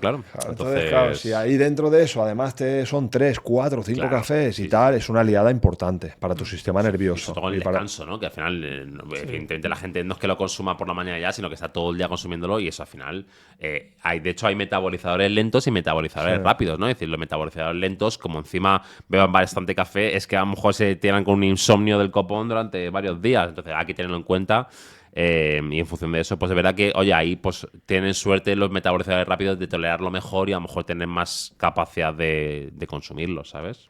Sí, digo yo, en cualquier caso, para acabar, yo digo, a mí me gusta, como norma, no ser dependiente de nada. 100%. O sea, sentirte libre, ¿no? Y hablo de los ritmos de comida. O sea, hostia, por un día puedo comer a las 11, otro puedo comer a las 2. O sea, no soy dependiente. Me puedo manejar, puedo ser flexible, irme a entrenar si no he comido. O sea, entonces, no ser dependiente sería la consigna. Y yo después ahí diría, oye, pues si tú te tomas un café que no eres dependiente y es de calidad, y a ti ese ritual te da por otro lado Claro. la vida. Te relaja, Para mí claro. siempre sería mejor como después de comer, ¿no? He comido, tengo un proceso digestivo y tomo el café. Pero estos cafés de tanta calidad, veo que, oye, si te lo tomas por la mañana en un ritual Sí. con tal, pues, oye, yo eso es lo que opino. Poca gente conozco yo flexible, con el café. Sí, Bueno, sí, pues ya para terminar, quiero pedirte, Carlos, que me digas tu top 3 consejos para una salud óptima. Muy bien. Pues voy a empezar por el 1, donde quiero poner este en primer lugar, que sería pues el trabajo personal de cada uno para encontrar, estar alineado, ser coherente en su vida, sentir paz, ¿sabes? Porque hoy lo que estoy viendo es muchísima información y gente haciendo muchas cosas con mucha exigencia y dices, hostia, lo hace todo, lo tiene todo, no tiene nada que, o sea, tiene las sartenes, las gafas, la luz roja, lo otro, y está como el culo. ¿Vale? Entonces yo aquí, el sistema nervioso manda por encima de todo, por eso creo que cada uno tiene que encontrar una flexibilidad y una conciencia de que por muy bien que lo estés haciendo, si no estás donde quieres estar en tu vida, vas a estar jodido, ¿vale? Y entonces da igual que comas una de legumbres o 3, o un trozo, un chuletón o sin chuletón. Tienes que poderte alinear con tu alma, con tu paz interior, con eso. Eso es el punto número 1.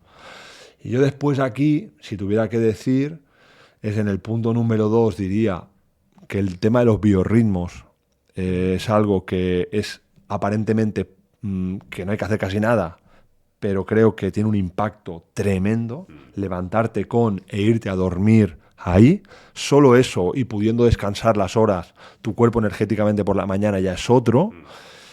Y en el punto número 3 diría que, hombre, si puedes moverte un poco sin exigencia, o sea, también disfrutándolo, porque yo vengo de haberlo hecho con exigencia y ahora lo hago sin, te lo pasas mejor, estás más tranquilo, no pasa nada si un día no puedes entrenar. Y si en la medida de lo posible puedes estar en contacto con la naturaleza, ahí, en ese movimiento naturaleza, después la comida, solo con que seas consciente, también tengo la certeza de que hay un margen amplio. ¿Sabes lo que decía yo? O sea, sé consciente. Después me gusta más el pescado, menos, más. O caso más con lo que tú me estás diciendo porque me cuadra más de donde yo vengo. Oye, pues lo hago más vegetal, menos. ¿Vale? Pero alma, emoción, biorritmo y después movimiento, contacto con la naturaleza y la flexibilidad en la comida. Muy bien. Vale, bueno, yo no sé si son 3, pero te voy a decir las que me parecen las más importantes. La primera es la conectividad, ¿no? Que creo que es un término que se está utilizando ahora, que es conectividad con la naturaleza, conectividad contigo mismo, ¿no? Es decir, tener un propósito en la vida, conectividad con tus relaciones, ¿no? Creo que mucha gente no pone el foco suficientemente en la importancia que tienen sus relaciones en su vida, en su calidad de vida, ¿no? Creo que es una cosa que hay que cuidar muchísimo, tu entorno, ¿vale? Es decir, tienes que priorizarte y tienes que saber qué quieres alrededor, qué quieres en la vida, que no es un proceso fácil, pero necesario, yo creo, ¿vale? Para tener una buena vida. Luego, evidentemente, el estrés, ¿no? Que creo que es un... ¿cómo es? El asesino silencioso, El ¿no? asesino silencioso, de verdad que sí. O sea, yo, por ejemplo, una de las cosas que más agradezco en mi día a día es no vivir estresado. O sea, es decir, Sí. de verdad que sí. Yo eso lo valoro todos los días porque creo que es un lujazo que mucha gente no puede tener. Y creo que suma muchos años y calidad de vida también, de verdad. Tener si te das cuenta, va todo un poquito conectado, ¿no? Es decir, tener buenas relaciones, estar conectado con la naturaleza, tener propósito en la vida te permite tener poco estrés por lo general muchas veces, o buena salud mental, emocional, ¿no? Y luego los pilares también de descanso, ¿vale? Priorizarlo. La gente hoy en día va atropellada a todos lados y muchas veces lo último que hacen es priorizarse para, oye, tener tiempo para descansar, para entrenar, para comer bien.